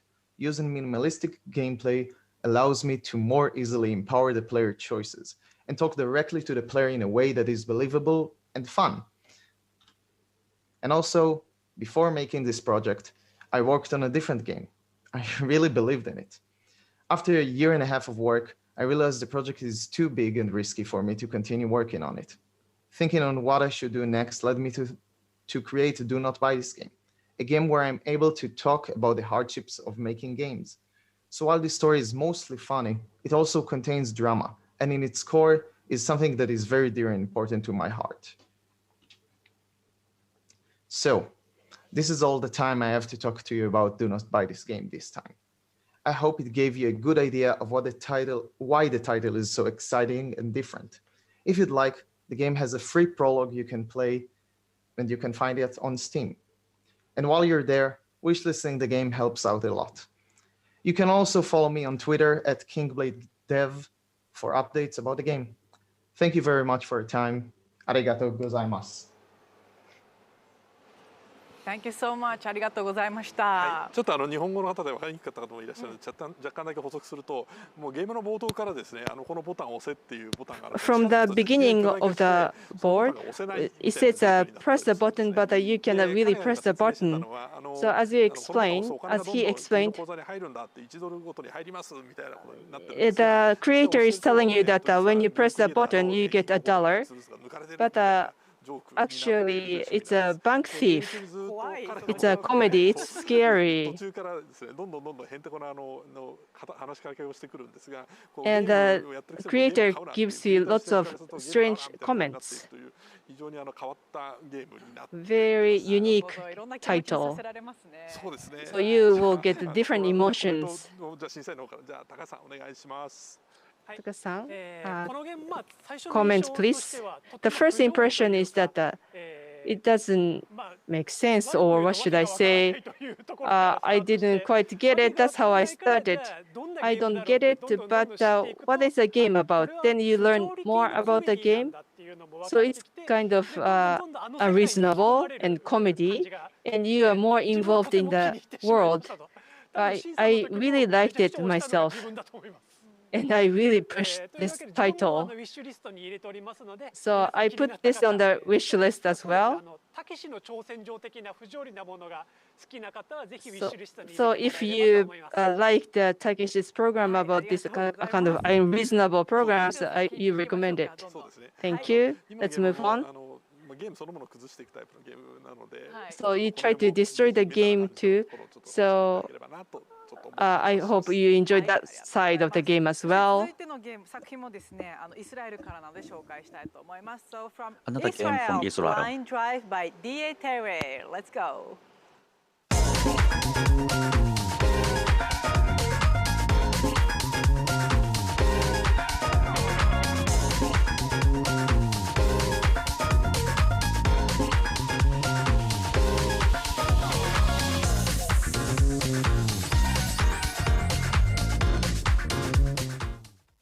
Hi, I'm Doran, game designer at Lo-Fi People.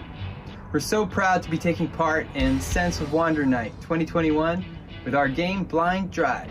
Blind Drive is a game about driving without seeing a thing.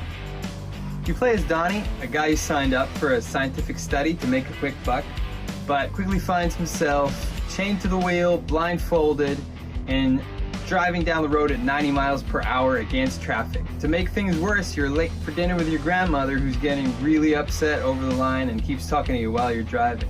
It's a game about trusting your ears, about taking those instincts that you didn't know you have and using them in ways that you've never done before in a video game. People have called the game VR for your ears because, especially if you close your eyes, actually play with your eyes closed or even with a blindfold like we sometimes like to do, it just becomes so vivid and realistic. We've got a lot of crazy twists in the game, and we really had a lot of fun designing it, just tried to get everything we could out of it, and you know, we're sure that if you give it a shot, you'll enjoy it. It would mean the world to win an award at the Sense of Wonder Night. Such amazing games have been presented here before, and again, it's just an honor to be here, and good luck to everyone. Amazing games out there. Ciao.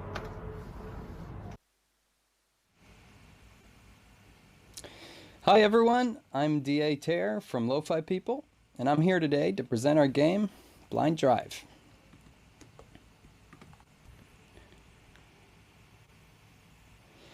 So, what is Blind Drive? It's an audio-based, action arcade black comedy game that you can, or even should, play with your eyes closed.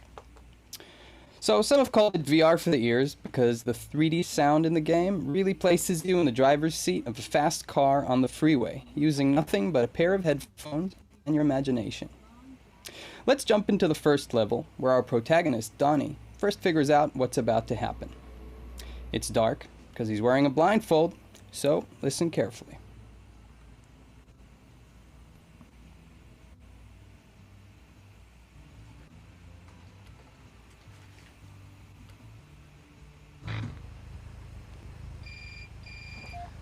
Donnie here. I mean, test subject number. What was it again? Are you wearing the blindfold? Yeah. Hey, that said nothing about a blindfold. Good. And the cuffs. Hey, I'm not into that shit, man. Shut up. Start driving. What do you mean, start driving? Hey, the mechanics are simple.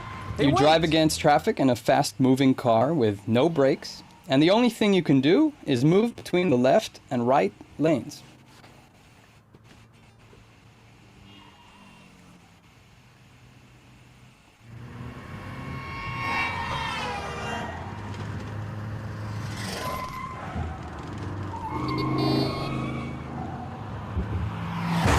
Sounds easy? Well, the game doesn't let you get comfortable for long, and increasingly intense challenges come at you, such as driving with the radio on.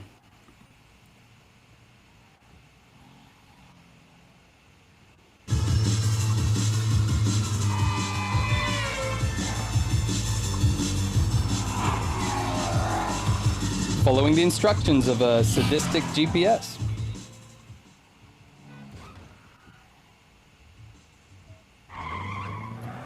Turn left. How about right? And shaking off pesky police cars.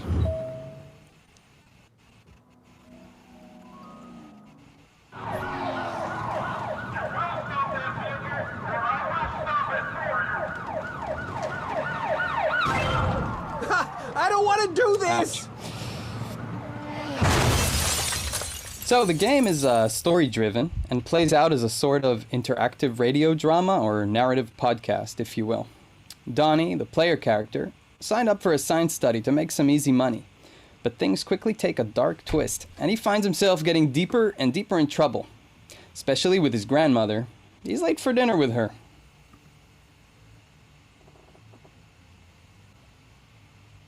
Listen, Grandma, change of plans. What's the matter with you after all I cooked? Freeze it. Just let's go have pizza. Over my dead body. We eat at home. But Shut up and come home. I'm getting on the bus right now. No! Grandma! So the sound in the game is fully spatial and 3D, allowing you to really feel where the enemies are all around you. A lot of the audio was recorded in our own car with a binaural setup, which means microphones on each side of a fake head, for maximum realism. That's Giori Pali, the co-creator and sound designer here, playing around.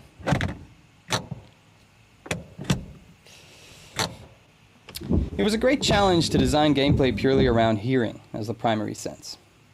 As we developed the game, we found that no two people hear the same way, and reacting to sound alone is a skill that is underdeveloped even for avid gamers. We're not kidding when we say it really is easier when you completely let go of your need to see. The sensation of driving without eyesight creates a fascinating range of emotions. Players reported anything from sheer joy to pure terror. We've had players jerk wildly and break into a sweat while laughing out loud.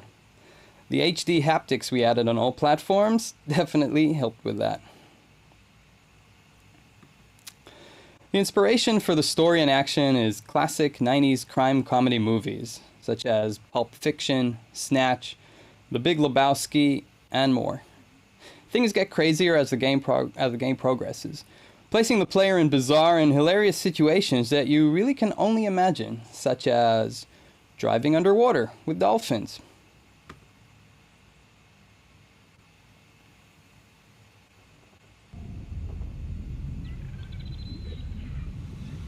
Dolphins! Maybe they can help me! Fighting helicopters with your grandmother Hey! standing on the roof.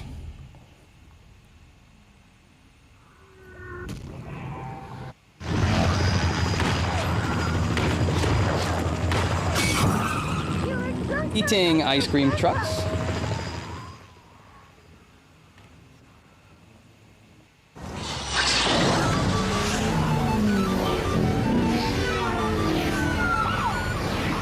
And running over shotgun-wielding vanilla farmers.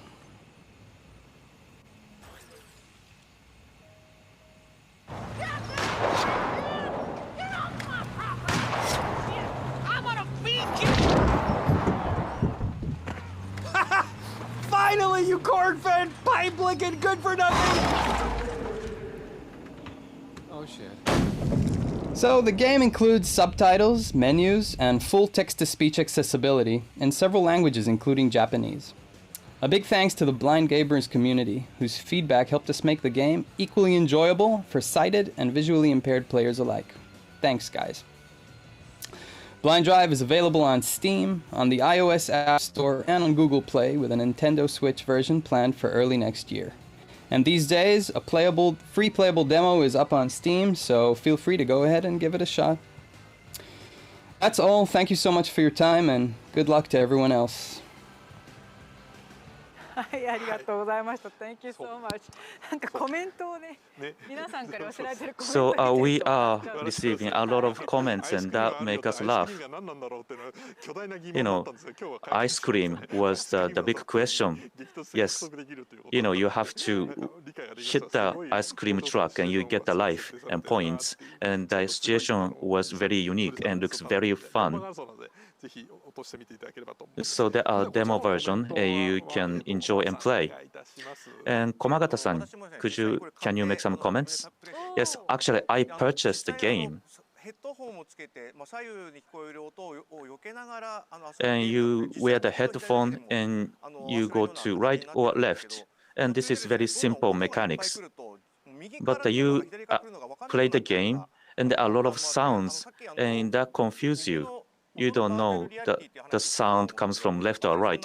And, you know, it was mentioned it is the virtual reality for ear. You know, you use earphones and you can enjoy spatial audio. Now this is left or right, but in the future, it will be the sound from the front to the back, front and the back. And that could be a great potential for this game. And there's one request. So when you are playing with the iPhone, playing this way is better. So please do consider that. And if I can use the AirPods, that will be very useful because it can get the location information, and that will be more intuitive. But it was very fun game. Thank you. Yes, the game is very smart, cool design, cool game, well thought. And this is the game from Israel, and I was quite impressed. Thank you. We introduced the 4 titles. We are moving on to the second half. of the presentations. We are going to have presentations from 4 countries and regions. I want to touch upon Pico Pico. For those who joined halfway through, some joined halfway through the program, so I want to talk about Pico Pico. So we are going to select 2 titles, and on the screen, please use Pico. And we are going to select the title with the most Picos. If you think the title is great, put Pico or a smile mark. If you like the title, if you like it, 1 Pico or 1 smile. If you think it's wonderful, 2 Picos or two smile marks. If you think it's the greatest, then you can try to put Pico or smile marks as many as possible. And those will be referred to choose the winners. I'm always looking at the screens to see which title gets the most Picos. Thank you. I see lots of Picos. I see crying Pico too. Any Pico is okay. Crying Pico is also acceptable. Let's move on to the second round. Let's move on. Eloquence by Jervin Grave. Here we go.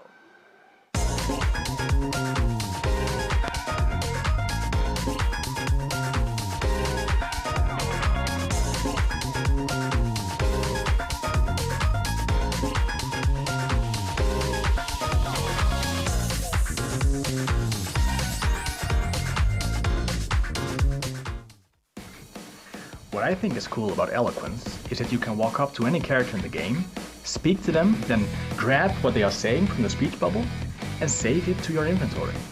And then you can go to another character and speak back the phrase that you saved, and they will respond to that. On top of that, everyone's speaking in this symbol language that's designed to be as universal as possible. So you should be able to find linguistic elements from any language from all over the world in there. So the purpose of the symbol language isn't to decipher it. The purpose is to use the language so that you could use it outside the game to talk to your friends in Finland or Thailand or Brazil. And that thought really excites me. I'm thrilled, flattered, and honored that Eloquence was selected out of so many wonderful submissions to be a finalist of 2021's State of Wonder Night. I can't wait to see the amazing games made by the other finalists. And I hope we'll all have a great show.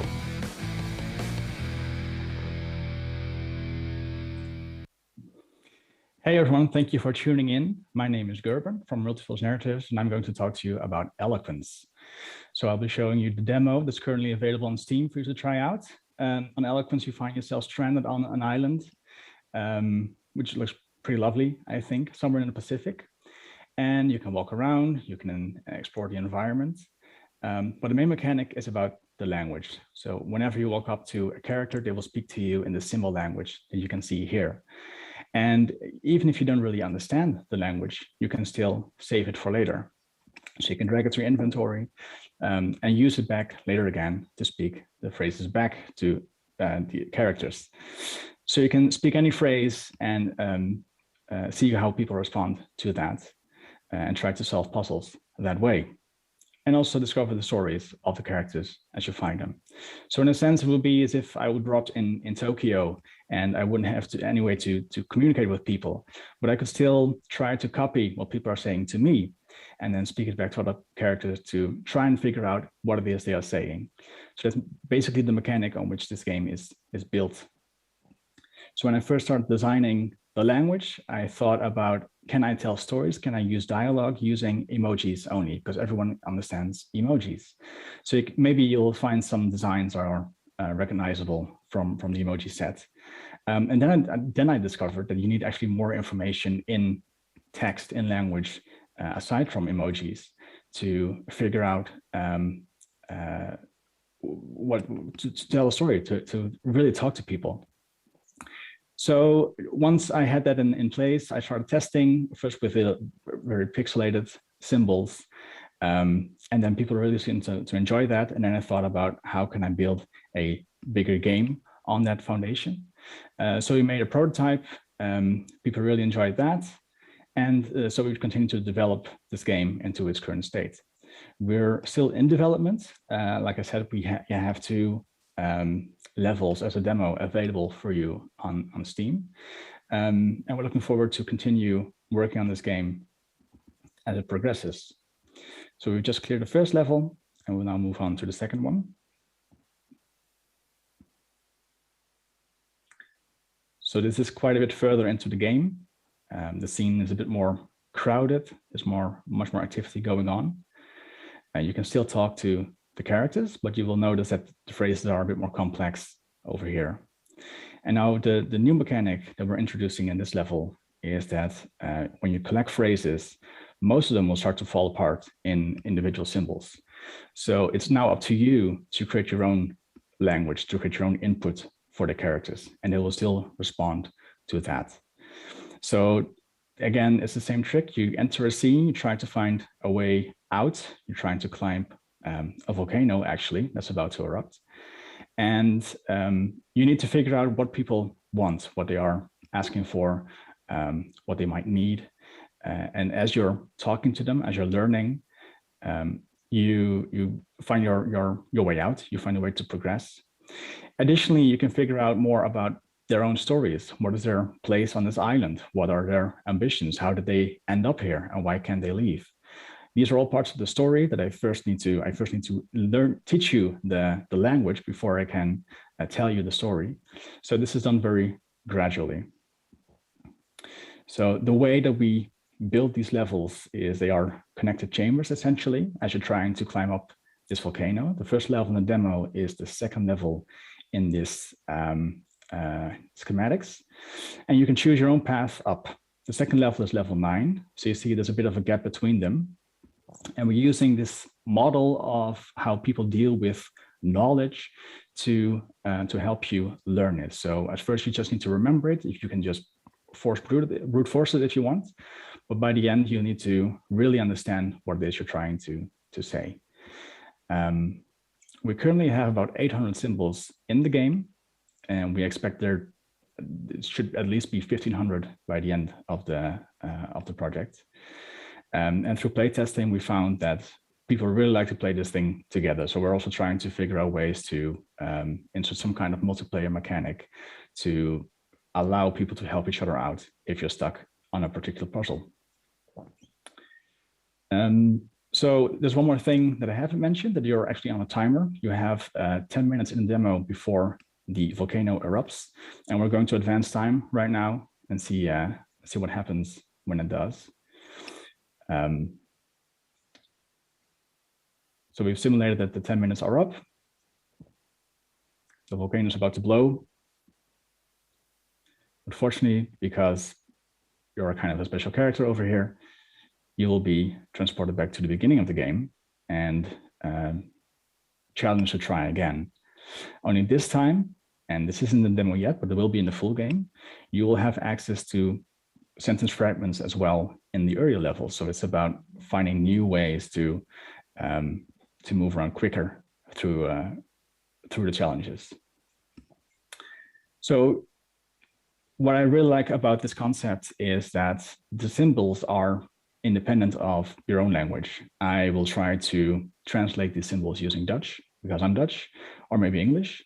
But no matter where you're from, you can try to tackle those symbols from your own language. And then this language becomes a bridge between those. So you wouldn't have to rely on English or some other language in between that maybe you're both not entirely proficient in. But if I'm learning these symbols coming from Dutch and someone from Japan is learning the symbols coming from Japanese, then you can communicate quite effortlessly through these symbols as a result. So if this could be transformed into like a Discord emoji set or something to use on your phone, I think it's a very exciting thought. But you don't have to stop there. you can go even deeper because it's a very logical language as it is. So the computer is quite adept at understanding it. If we can get a computer to really understand what you're saying in the symbol language, and we're quite optimistic that we can achieve that, then you can have some kind of interaction with the computer proper, and it could speak back to you using only these symbols. So I think that's a very exciting thought, how this game can connect people from all over the world.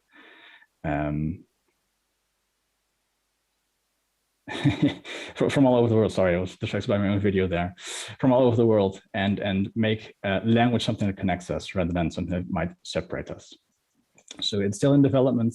We are looking for funding. Actually, we're working on this with a small team, and we're very happy to be part of this show. And we're very thankful for that.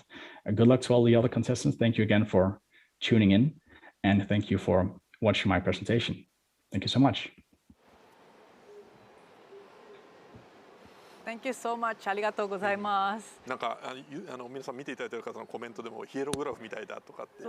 So it's like a hieroglyph.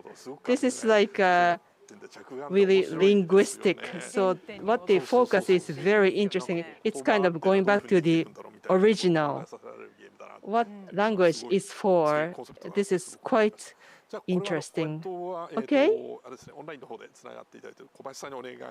I'd like to ask Kobayashi-san for a comment about this title. Yes. Hello. Thank you very much for your interesting presentation.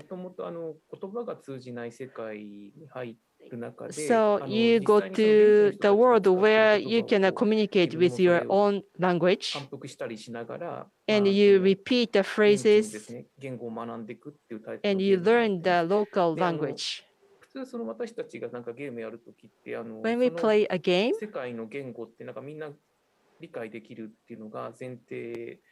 we always assume that we have a common language.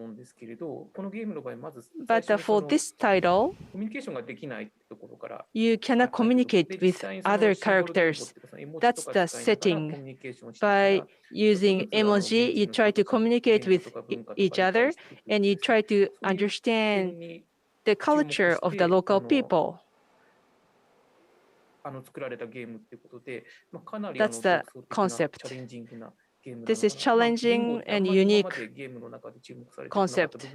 I don't think many titles focus on the language, but different cultural translation, this kind of concept really matches the sense of Wonder Night, right? Like beyond boundaries, I feel a future possibilities of other fields. Thank you. From India, In My Shadow by Nakul Verma. Let's go.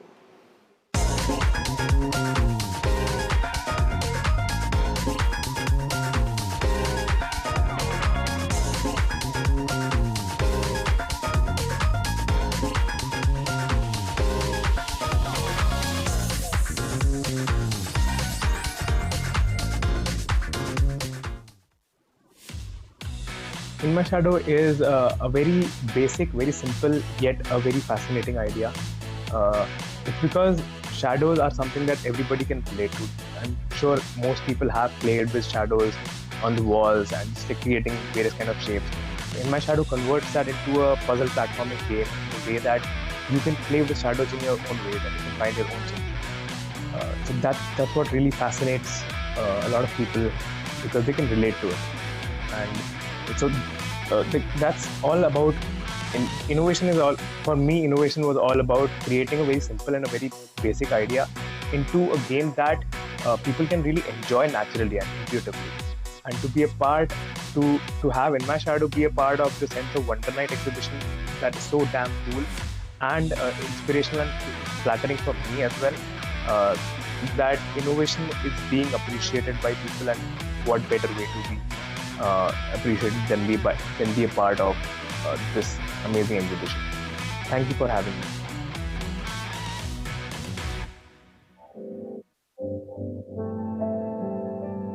Yeah. everyone. My name is Nakul, and I am the founder of this small indie team from India called Playbay. I am also the solo developer of the game In My Shadow, which is my debut commercial title, and at the moment it's already out on Steam and on Nintendo Switch. It will be soon coming to mobile and consoles later this year. Now, without wasting any more time, let me just take you through this beautiful imaginary world of shadows. So, as you might have guessed already, just by the name itself, this game is all about shadows. Like, shadows are the hero of this game. The game is based on the very basic concept that you can create shadows of all kinds of shapes and sizes from the same object and the same light. And then you have to use those shadows to solve these platforming puzzles throughout the game.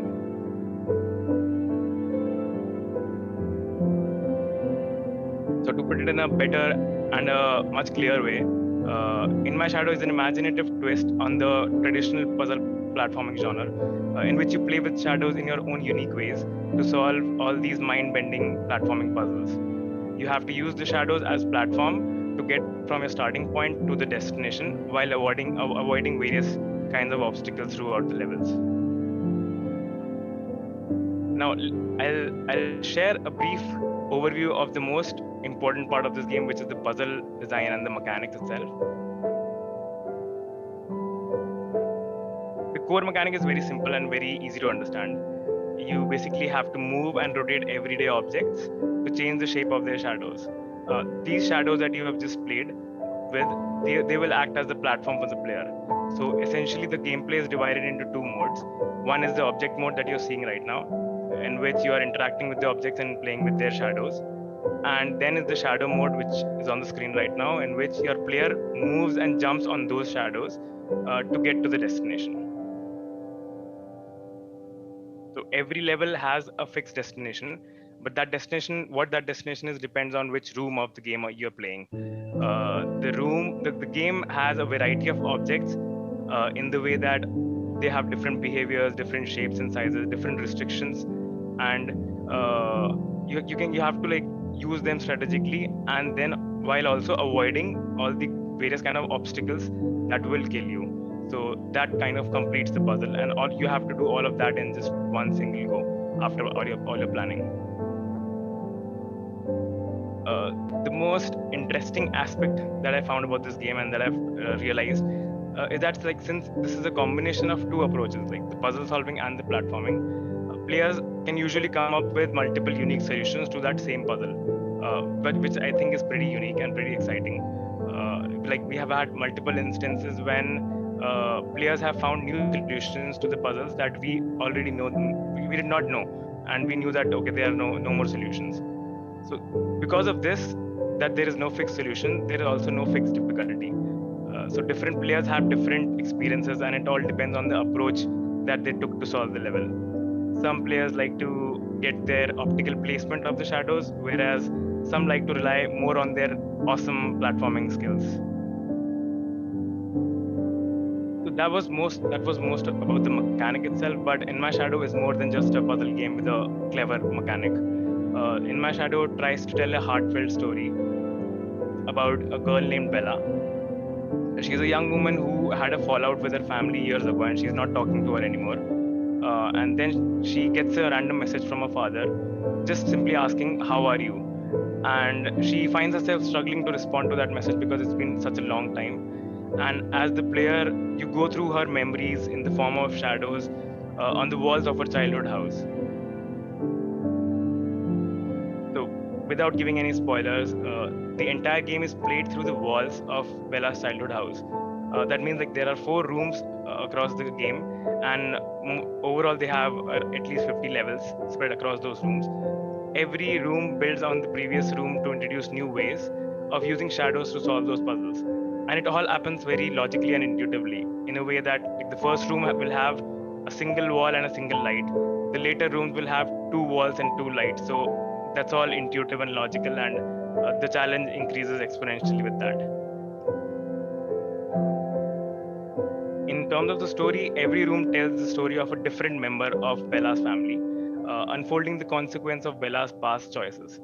the entire gameplay is an abstract representation of the mental struggles that are going inside Bella's head as she's trying to accept her past and trying to respond to the message in general. Like she's totally stressed out and she does not know how to respond to the message. The overall narrative that I've tried to convey a subtle emotion that I'm pretty sure everybody can relate to.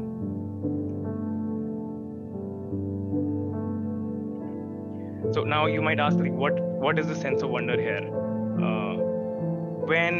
Back when I started working on this game, this idea came to me randomly when I saw an optical illusion from shadows. That optical illusion made it look like I was standing on an object that was much larger than me. So ever since that day, I was fascinated by the fact that there can actually be a really cool game idea out of this, and that's the same sense of wonder that I also experience from other players who play the game, because they all think that this is such a simple yet fascinating concept for a game mechanic, and why hasn't this been done before? So throughout the last 2 years, I've tried to make In My Shadow an experience that is boundless and not limited by the common game design principles. The game adds a major twist on the rather conventional puzzle platforming genre, but still keeps it very relatable and intuitive. So, like, I'm sure that everybody has tried to play with shadows in their childhood, so this is something that comes very naturally to them and they understand it very easily. And just because this is so simple and yet very fascinating, this is the way that instills that sense of wonder in the player. I hope, like, just like the player, just like me, I was able to instill this spirit of wonder in you, and I hope the game lives up to that spirit. Thank you so much for having me, and thank you for allowing me to present this game in this prestigious event. Best of luck to all the other contestants, and I hope you have a great Tokyo Game Show. Thank you. Thank you. ありがとうございました。Thank you. Thank you. It was kind of the nostalgic and fragile types of the game, and it is also reassuring. And this is the story of the family. It was impressive. I would like to ask Juan to make some comments. Thank you. It's such an approachable concept, first of all, because as kids, we all play with making shadow puppets with our hands, right? So it's something that we can completely relate to. And that also is combined with the fact that by having two different mechanics, I feel, well, first of all, they're combined so well. The fact that you have these two stages where you move the objects and then you create the right shadows for the player to go through. It's just brilliant. It's really well done. But also I feel that there's an opportunity for a collaborative experience where one type of player who likes puzzles can play with another type of player who likes platformers or action games. Lastly, I love the story.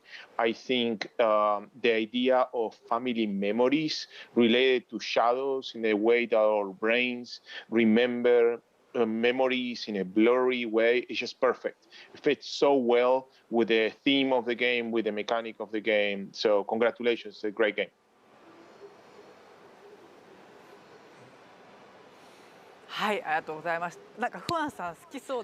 Thank you. This is types of the game that Juan should like.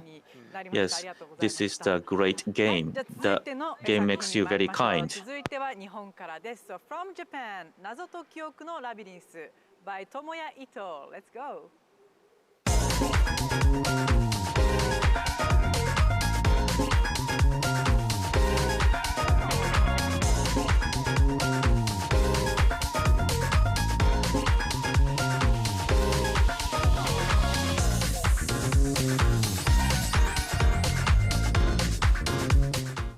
謎と記憶のラビリンスは漫画が舞台の謎解きアドベンチャーゲームです。 So, somewhere elsewhere is a mystery-solving adventure game. By solving the mystery, you can keep making manga.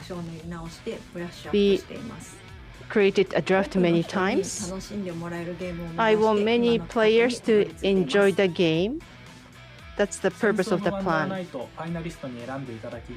Thank you very much for selecting Somewhere Elsewhere as one of the 8 finalists.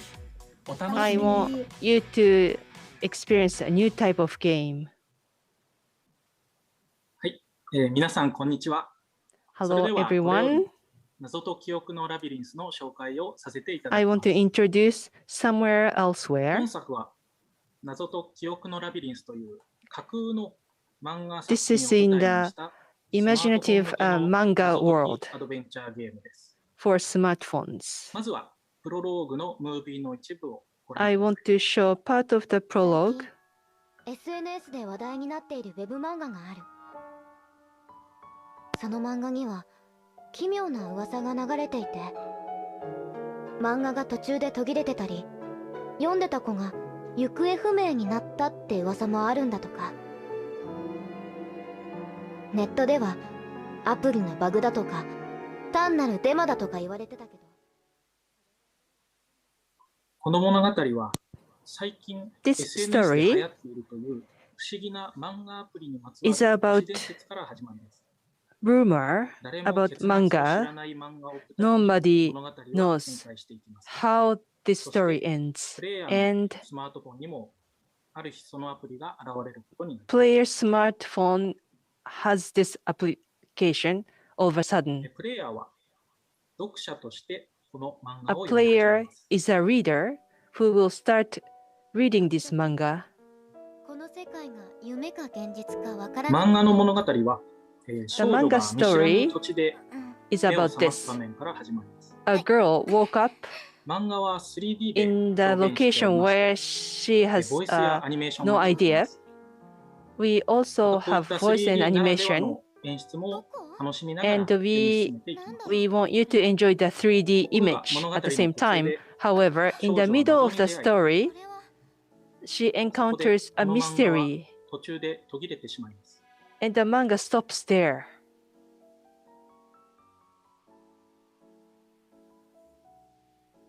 ここで読者である Here あなたに A reader 漫画 or の続き you, を as 作 a るかどうかの player, 問いが映し出されます。 will be asked if we should create the manga for the 愛 rest を of 選 the ぶと story. 漫画の世 If 界 you への入 say り口が開かれ、 yes, the プレイ door ヤーは漫画 to の the 世界へ吸い manga 込まれて will be open and you go to the manga world.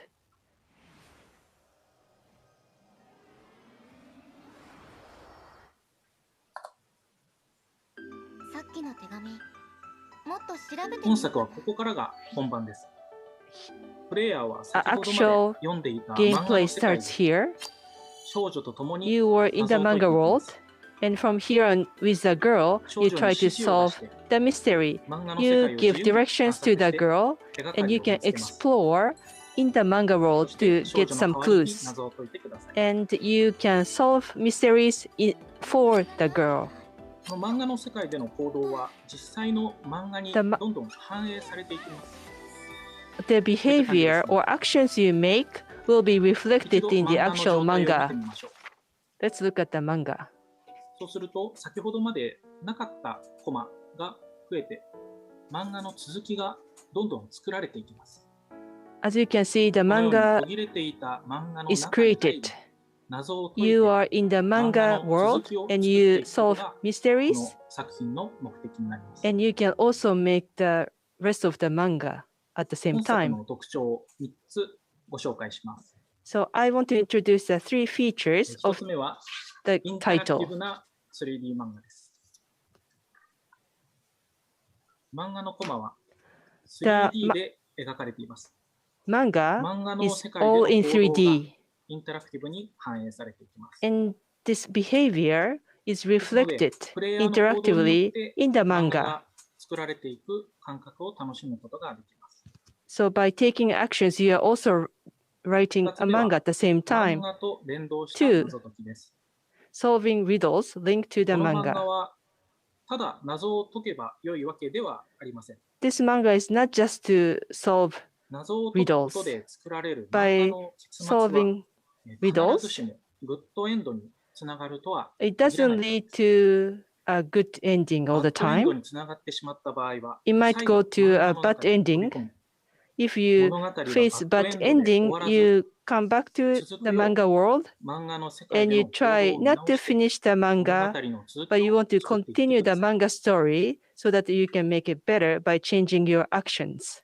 3つ目は、この作品は 3. あなたと少女の物語。 This is about the story of the girl and こ you. の漫画は週刊連載漫画作品に This is a weekly manga magazine. 週刊漫画を読むように Players 毎週 are 足並みを readers 揃え of て weekly 物語を manga 進めていただ magazines. きます。 The pace of the progress is しかし all the プ same. レイヤー一人一人が作り出す漫画は他の人 However, と同じ物語になっている the とは manga 限り you ません。 make is probably different どうか from 皆さ other んで情 players. 報をシェアして Please share 本当の結 information 末へ with たどり着ける other よう物語 players を導 so いて that い you ってくだ can さい。 finally get to the true ending. 本作は東京ゲームショウ体験版無料トライアル企画にも参加しております。 You 体 can 験版を also ダウンロー try ド out して遊ぶことができますので、 our どうか game as well 漫 for 画と free. 謎解きが融合した不思議なゲーム体験を Please ぜひ experience 楽しんでください。 this 以上で combination 本作の of 紹介を終わります。 riddle ご清聴あり solving がとうござい and ました。 manga. Thank you very much for your attention. はい、ありがとうございました。Thank you very much. あれですね、もうスマートフォンの UI をうまいこと使ってますよね。 They utilize UI of the smartphone very well. How it expands. It also involves social media. And manga is very much like じゃあ Japanese. ちょっとこれコメントは逆に Okay. アメリカの方の見方で聞きたいなと思うので。 Probably I want to お願い ask し someone ます who's not from Japan. Hello, everyone. It's a pleasure to be here another year. This year we have a game that is pretty different, like other games that are pretty different. I really like the idea of mixing the comic or the manga in this case and the rest of the game. It's something that I have seen in other games like Comic Zone, for example, but it's pretty different. And I really like the art. I really like what it offers. But I have to say that I have tried to download the demo. You cannot see it, but this is my mobile. I have tried to download the demo, and it seems that it's only for Japan or something like that, in Android at least. And I have not been able to download it. That has been put in the store during these days of the Tokyo Game Show. I expect the game arrives overseas, not only in Japan. I have seen that the game is going to be in English, so I presume that it will arrive to overseas. And good luck to the developers. It seems to be a pretty good game. はい、ありがとうございます。ありがとうございます。うんぜひ英語版の対応もというリクエストだったと思いますが。はい、楽しみですね。はい。 There was a request そして次が for なんと English 最後 version. の作品になるんですけど、皆さん準備の方はいいですか？ So the next one is the last game. Please ready to send pico picos. From Belgium, please touch the artwork by Thomas Waterzooi. Let's go.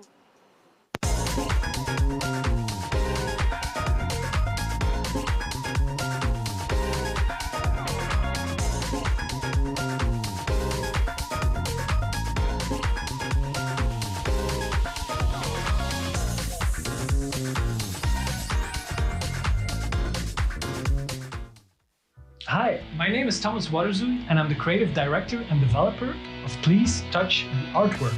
Please Touch the Artwork is a set of relaxing, artsy puzzle games, each based on a unique real painting made by Piet Mondriaan, one of the abstract art pioneers of the 20th century. It tries to answer the question, what would happen if we would actually touch the artwork? It tries to be relaxing, inspirational and educational by providing a good story at the same time. There are 3 puzzles, each based on a different unique painting with unique gameplay. The game takes you on a journey to the origins of modern art. It's such an honor to be in the finals of Sense of Wonders.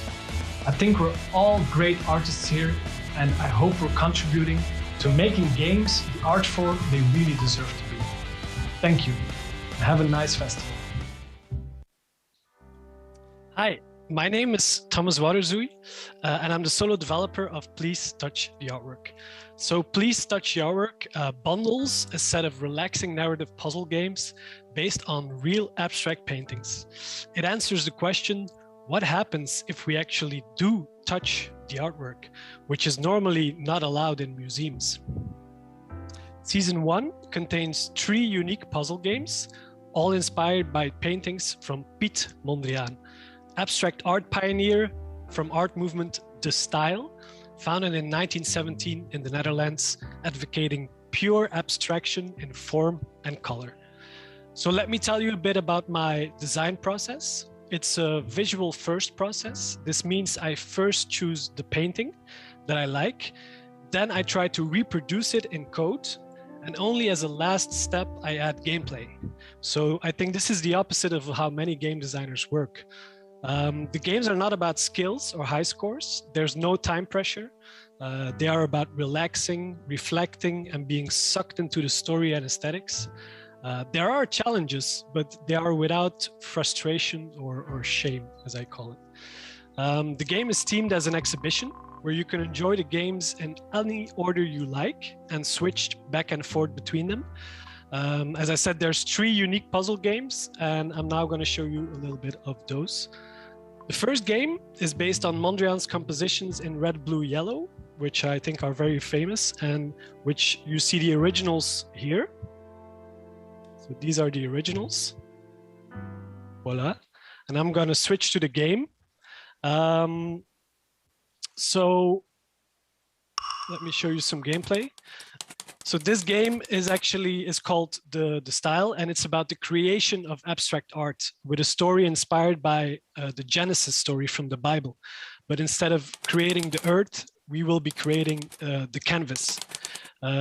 Here, this is the part where I introduce primary colors. And the first color we introduce is yellow. Very nice color. So basically, you'll have to add colors to the canvas to reproduce the painting you see on the left. And how you add these colors might seem inverted, or it might seem like trial and error, but you'll have to deduce some rules from these trials. It's a metaphor for the creative process where artists had to try out stuff before they were satisfied with the work. Of course, I already know the rule, and I'm not going to spoil it. So let's introduce the next color, blue, also a lovely color. And as you see, by introducing new colors, the game becomes more and more complicated. Also, the point is that the further you go in the game, the more the paintings start looking like the actual Mondriaan paintings. So I'm going to cheat and do a quick fast forward so you see more of the levels.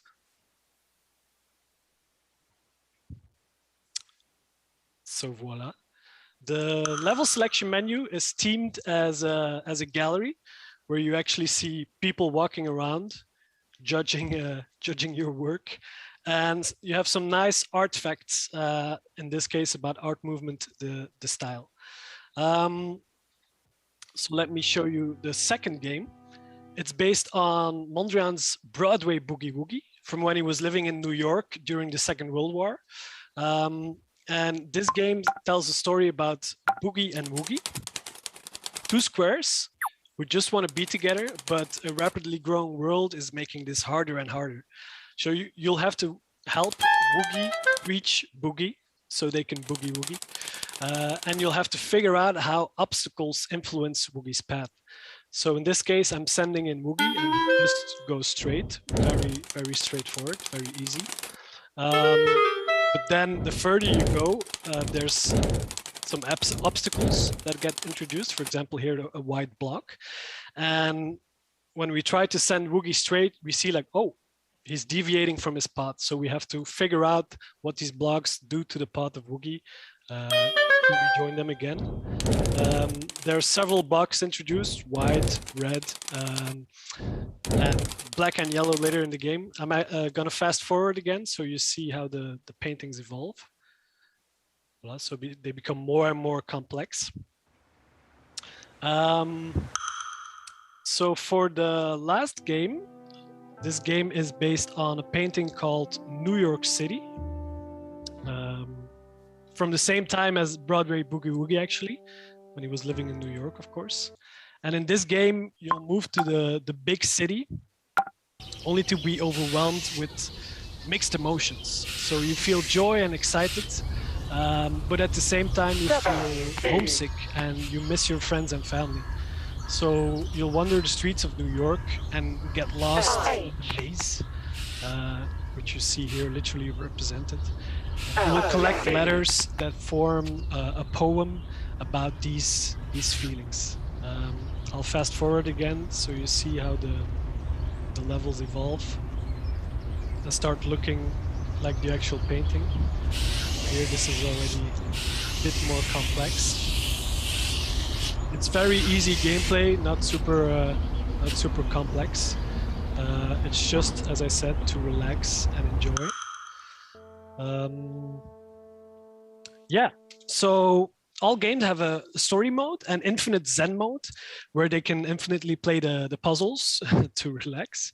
But there's next to the game that will be available on mobile, Switch, and PC, I'm also working on a real-world interactive installation. So this installation, it looks like a normal painting hanging on the wall. But the artwork seems to be affected by vandalism. You know, the rope that should prevent you from coming too close is cut, and there's a dirty handprint on the canvas. It triggers the fantasy of being able to touch the untouchable. And if you then approach, you get rewarded by being able to play the game on the canvas itself. In this case, you will play a simplified version of the style game, so the first game that I showed you. Yeah, so there's a second installation, but I don't have time to explain this, but you know, maybe in the future. So yeah, thank you for listening, and please try the free demo on Steam, exclusively available during the Tokyo Game Show. The game will be released early next year on iOS, Android, Switch, and PC. However, you can already pre-order on the App Store at a discount price today. どうもありがとうございます。はい。はい、ありがとうございます。なかなかね、パッと見てルールが分かりにくいというところは。Yes, thank you. At a glance, it is kind of difficult to grasp the rule, but it is really sophisticated. As you play, you will understand how the game works, and people should play the demo. It's a really artistic, sophisticated game. Yoshida-san, please have some comments. Well, I love this game. So this abstract art, that is kind of the art I really like. And as you play along, the shape continues to change, color continues to change. Just looking at it make you interested, and you would figure out all the mechanics and system of the game. And actually, if I download this game to my smartphone, I will play it all the time. And this is great from an art perspective. And also, as people realized, there was an artistic zoom filter. So I'm not sure how I should evaluate this as an art or the game, but it was a great game. Thank you. It is very difficult to make a judgment. We heard all the presentations now. I think titles were unique, country by country. So I feel like I could tell the background of the country in the titles. We are capturing all the points, but while we are getting all the points, I want to ask the judges for the final comments. We are still getting all the points, so I want to get some comments. Shall we start with Joan? A few words, please. I felt that it was a great show. There were a lot of really interesting games that drew new experiences. I really love the fact that many participants talk about how in the events of the pandemic had pushed them towards creating experiences that were collaborative or people playing together. I think that's a really great trend, and I really appreciate that. Also, congratulations to all the participants for such a great level of art. Usually we see great games in Sense of Wonder Night, but some of them are experimental and gameplay is always prioritized. This year, all the games have really great art, so congratulations on that. はい、ありがとうございます。じゃあ次、小林さんお願いしま Thank you. す。小林さん、please. シンさんがゲームをシンさん8つのゲームをこう2つに分けられてて、まあ、常識 separated the 8 titles into two categories. One to question, the other for communication. Because of the pandemic, we question our common sense. And I saw the titles today, and I feel like we are in a new era to question the common practice. So I think the trend was linked to the social trend. Ramos-san, a few words, please. For me, pretty Sense of Wonder Night. Usually, Sense of Wonder Night is like a mix of indie games of all types. And this year, I have found that a lot of them are games that try to make the player to feel this sense of wonder, to say, oh, this is, for example, Operation Tango or the Labyrinth game or other games that are pretty different. And I think apart from the Shadows game, that it's more like a normal game, but it's pretty different in itself. The rest are pretty different, pretty new.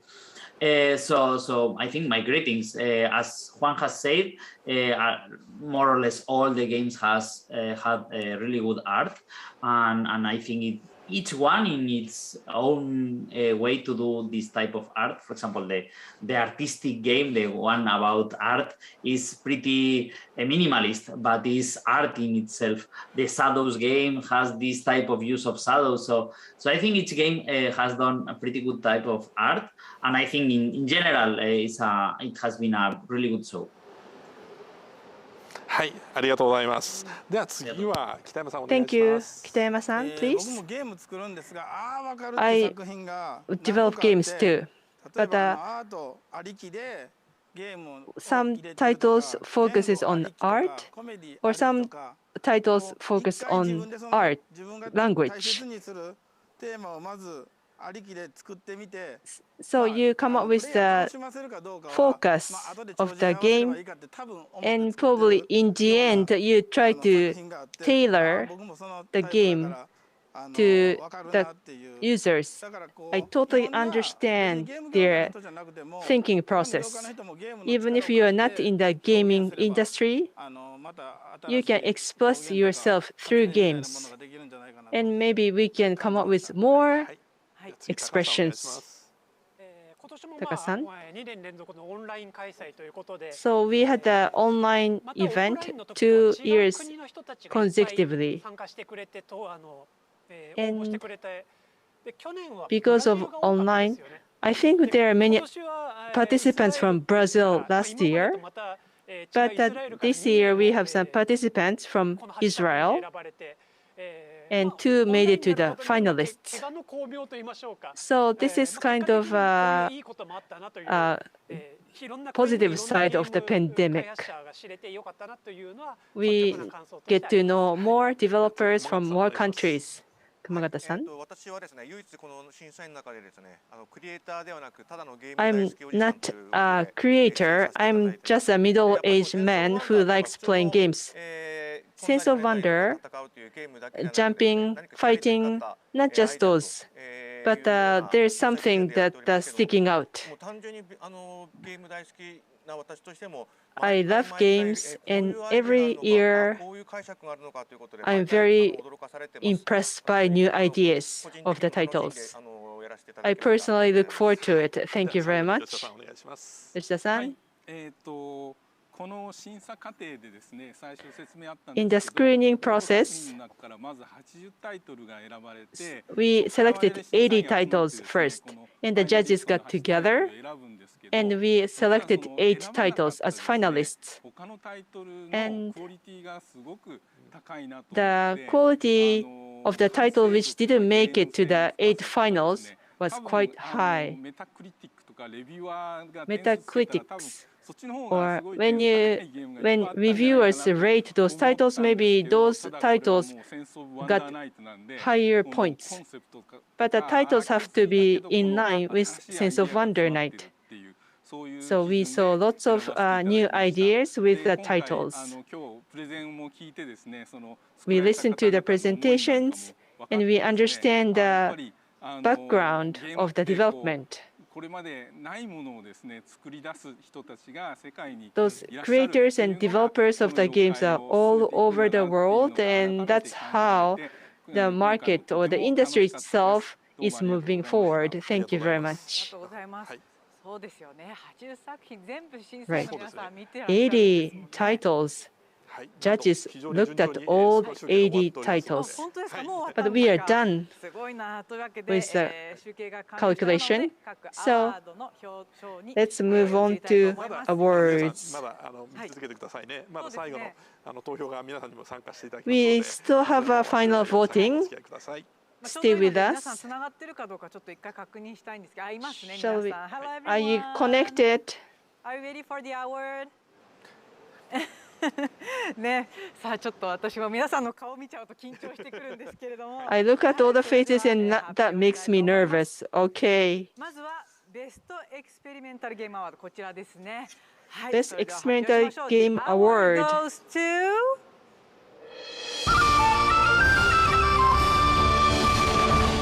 はい。ブラインドドライブです。Blind Drive.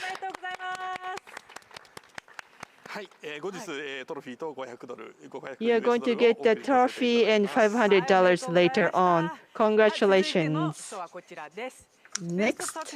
Technological Game Award.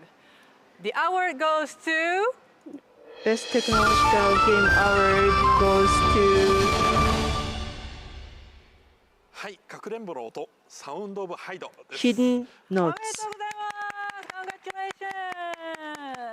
はい、こちらも後日トロフィーと$500 Again, you're going to get the trophy and $500 later on. Next. The Best Game Design Award. Best Game Design Award goes to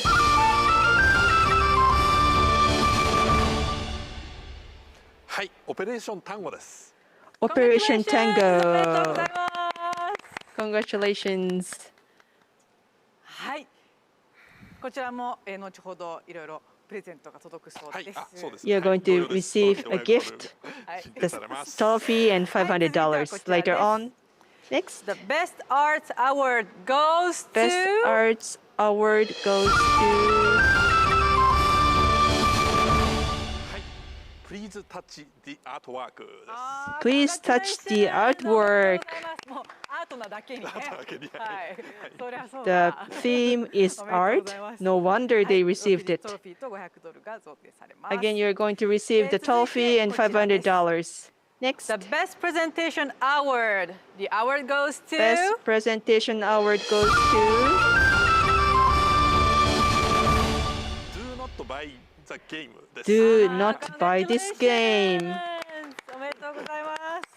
Congratulations. Again, you're going to get the trophy and $500 later on. Now we only have the last award. Audience have to participate in determine the award.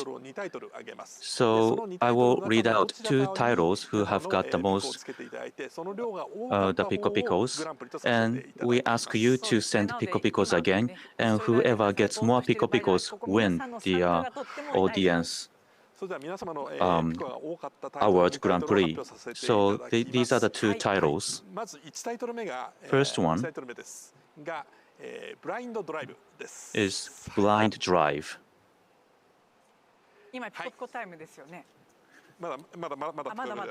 So you don't send Pico Picos yet. The next one is Eloquence. And these are the two titles who have got the most Pico Picos. OK です。じゃあこれからですね、本番は。はい。So now we are getting down to the serious stage. So you can send Pico Picos to either one of the games. And whoever gets more Pico Picos will win the award. 一服を言って。はい。はい。いいですか？はい。 So, are people ready? So, when I read the name of the game, please send Pico Picos. First one, if you like Blind Drive better, now it's time to send your Pico Picos. さあ、今ピコピコタイムですよ。おお、結構いろいろリアクション来てますね。Thank you all so much. This is really very, very exciting. And, you know, on behalf of Giori and myself, you know, thank you. Okay, now this is the end. So, okay, that's it. OK、ここまで。1作品目はここまで。はい。And second title. Eloquence. If you like the game better, now please send Pico Picos now.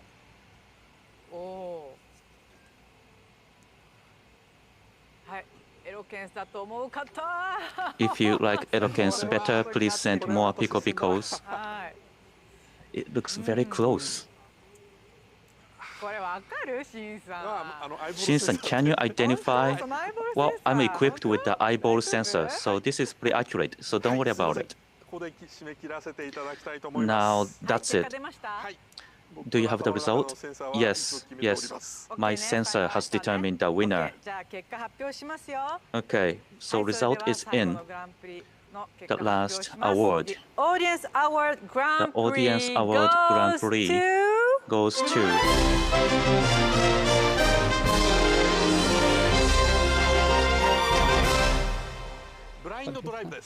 Blind Drive. Congratulations. Now he seems reassured, happy. It was very close though, but Blind Drive has got more Pico Picos. Yes, it was very close. Every year it is very tough when they are close. So I would like to have some viewers from the winner. So can you have some viewers for us? So thank you so much. I think now I realize what just happened. So yay. On behalf of Giori and myself, it's been really exciting evening and very honored to be chosen. Everyone here really gave amazing presentations, and now I just want to play everyone's games for the rest of the day. So well done, everyone, and thank you, Sense of Wonder Night. It's been a real pleasure. Thank you so much, and congratulations. 本当におめでとうございます。Thank you. ありがとうございます。おめでとうございます。おめでとうございました。 Congratulations. But everyone, congratulations. So the last Grand Prix, the winner gets this. It's difficult to see. 3,000. It is 3,000. It looks like a 30,000, but it's actually 3,000. So don't get it wrong. So you will get the prize later.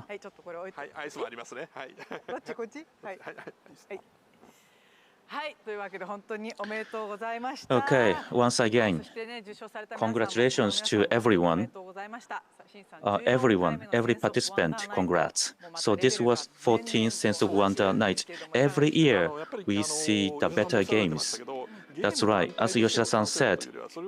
So it's not really about the game itself, but it's really about the new idea and make it more fun. So it really shows us there are great potential for the games. And Makari Messe is a very good location. I think I did better than last year. Yes, actually we are in a studio and this is online settings. I really feel the sound of the games from all the directions. I really want people to feel this next year. Yes, if we can do that in a physical location, it would be great. Okay, from Makuhari Messe, we distributed Sense of Wonder Night. How did you like it? All the judges, thank you for your contribution. And also, audience, presenters, thank you to you all. We hope to see you in the next year's Sense of Wonder Night. This concludes today's Sense of Wonder Night. Thank you, everyone. We see you next year. Bye-bye.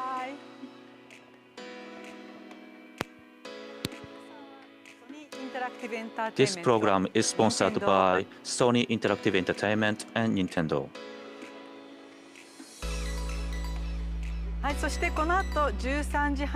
From 1:30 to 4 o'clock Japan time, there will be an indie party online.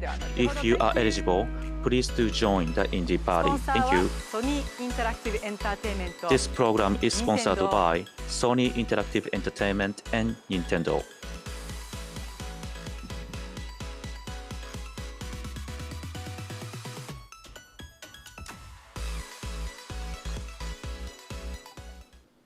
センスオブワンダーナイト2021をお送りいたしました。この後16時より NTT e スポーツの番組が始まります。東京ゲームショウ2021オンライン、引き続きお楽しみください。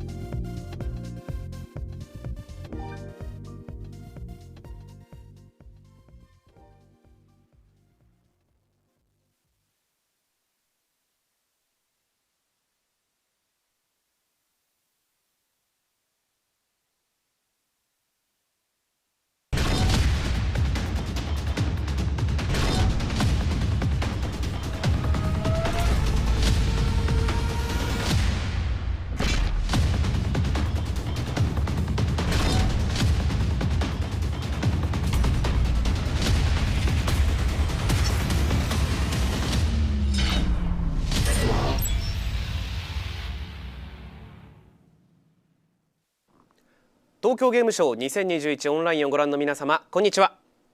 ここからのお時間は NTT スポーツの番組をお送りいたします。それではどうぞ。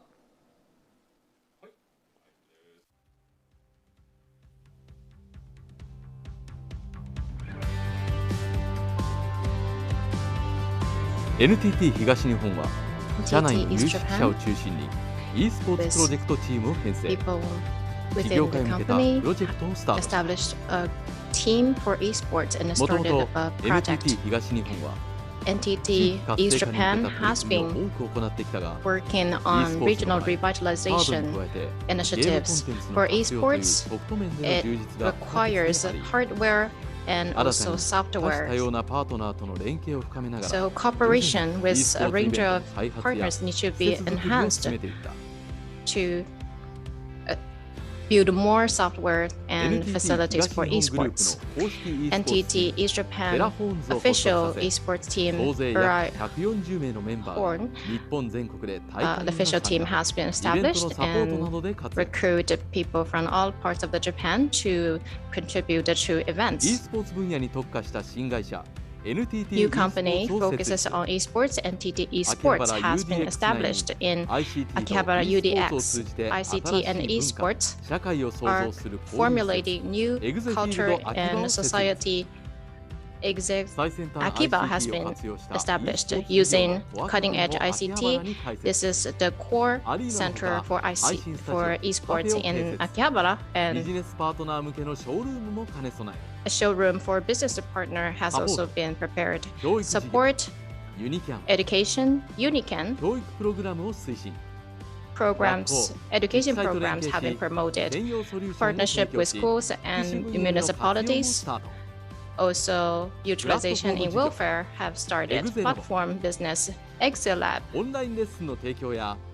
provides online lessons and streaming of professional gamers to provide lessons, and esports dedicated platform has been available, and event solution business in order to provide solution for esports needs with added value, lower cost, and a wide range of cooperation have been promoted.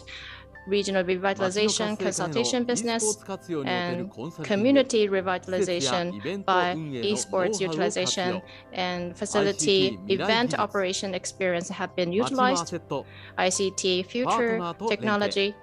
We cooperate with cities and municipalities. The first Exit Cup for esports for business people has started for the first time.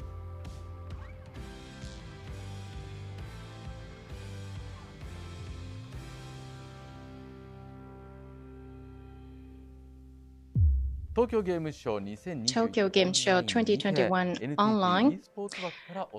We are presenting NTT Esports segment, NTT Esports TGS 2021 special. I'm serving the MC. My name is Coley. Thank you for having me today. So esports competition for business people, Exit Cup, that as a serve as a trigger to formulate esports culture for business people to create a society where culture and esports can exist together. B2E League is going to be funded.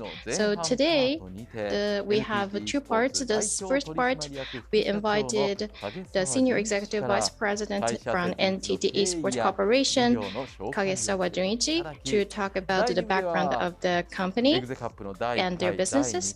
The second part, we will have the first and the second winners of esports to have a Puyo Puyo match and then crosstalk by the guests. I would like you to watch to the end and enjoy the program. So let me introduce Kagesawa-san. Over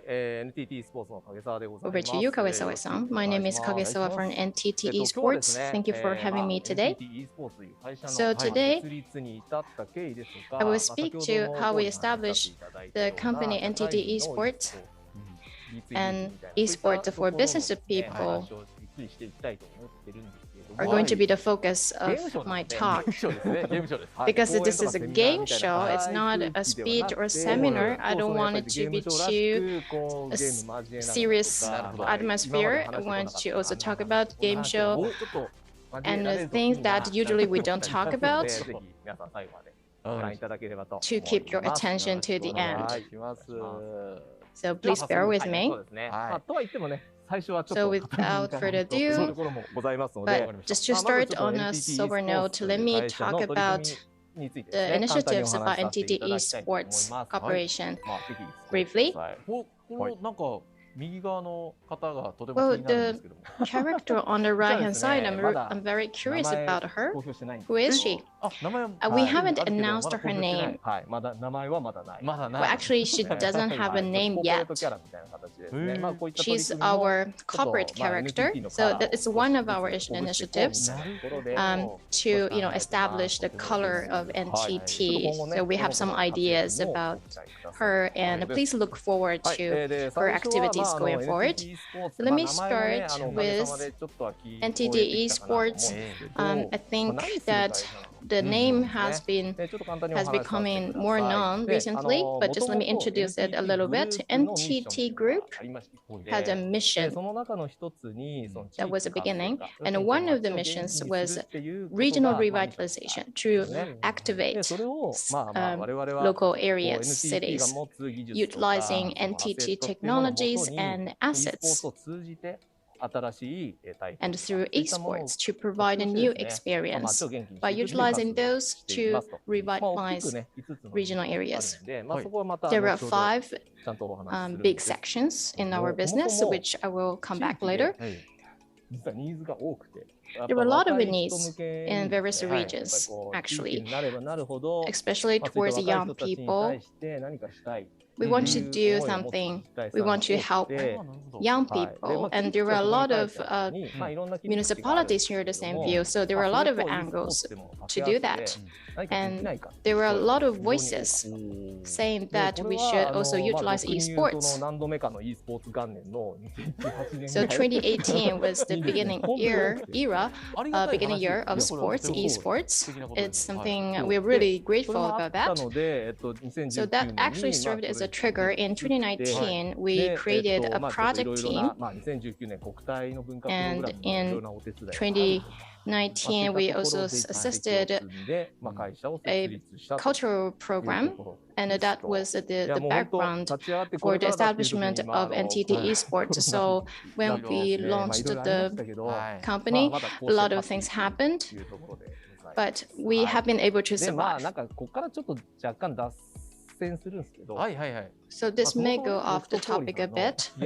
I want to talk about how I met Cody-san and why I am here today.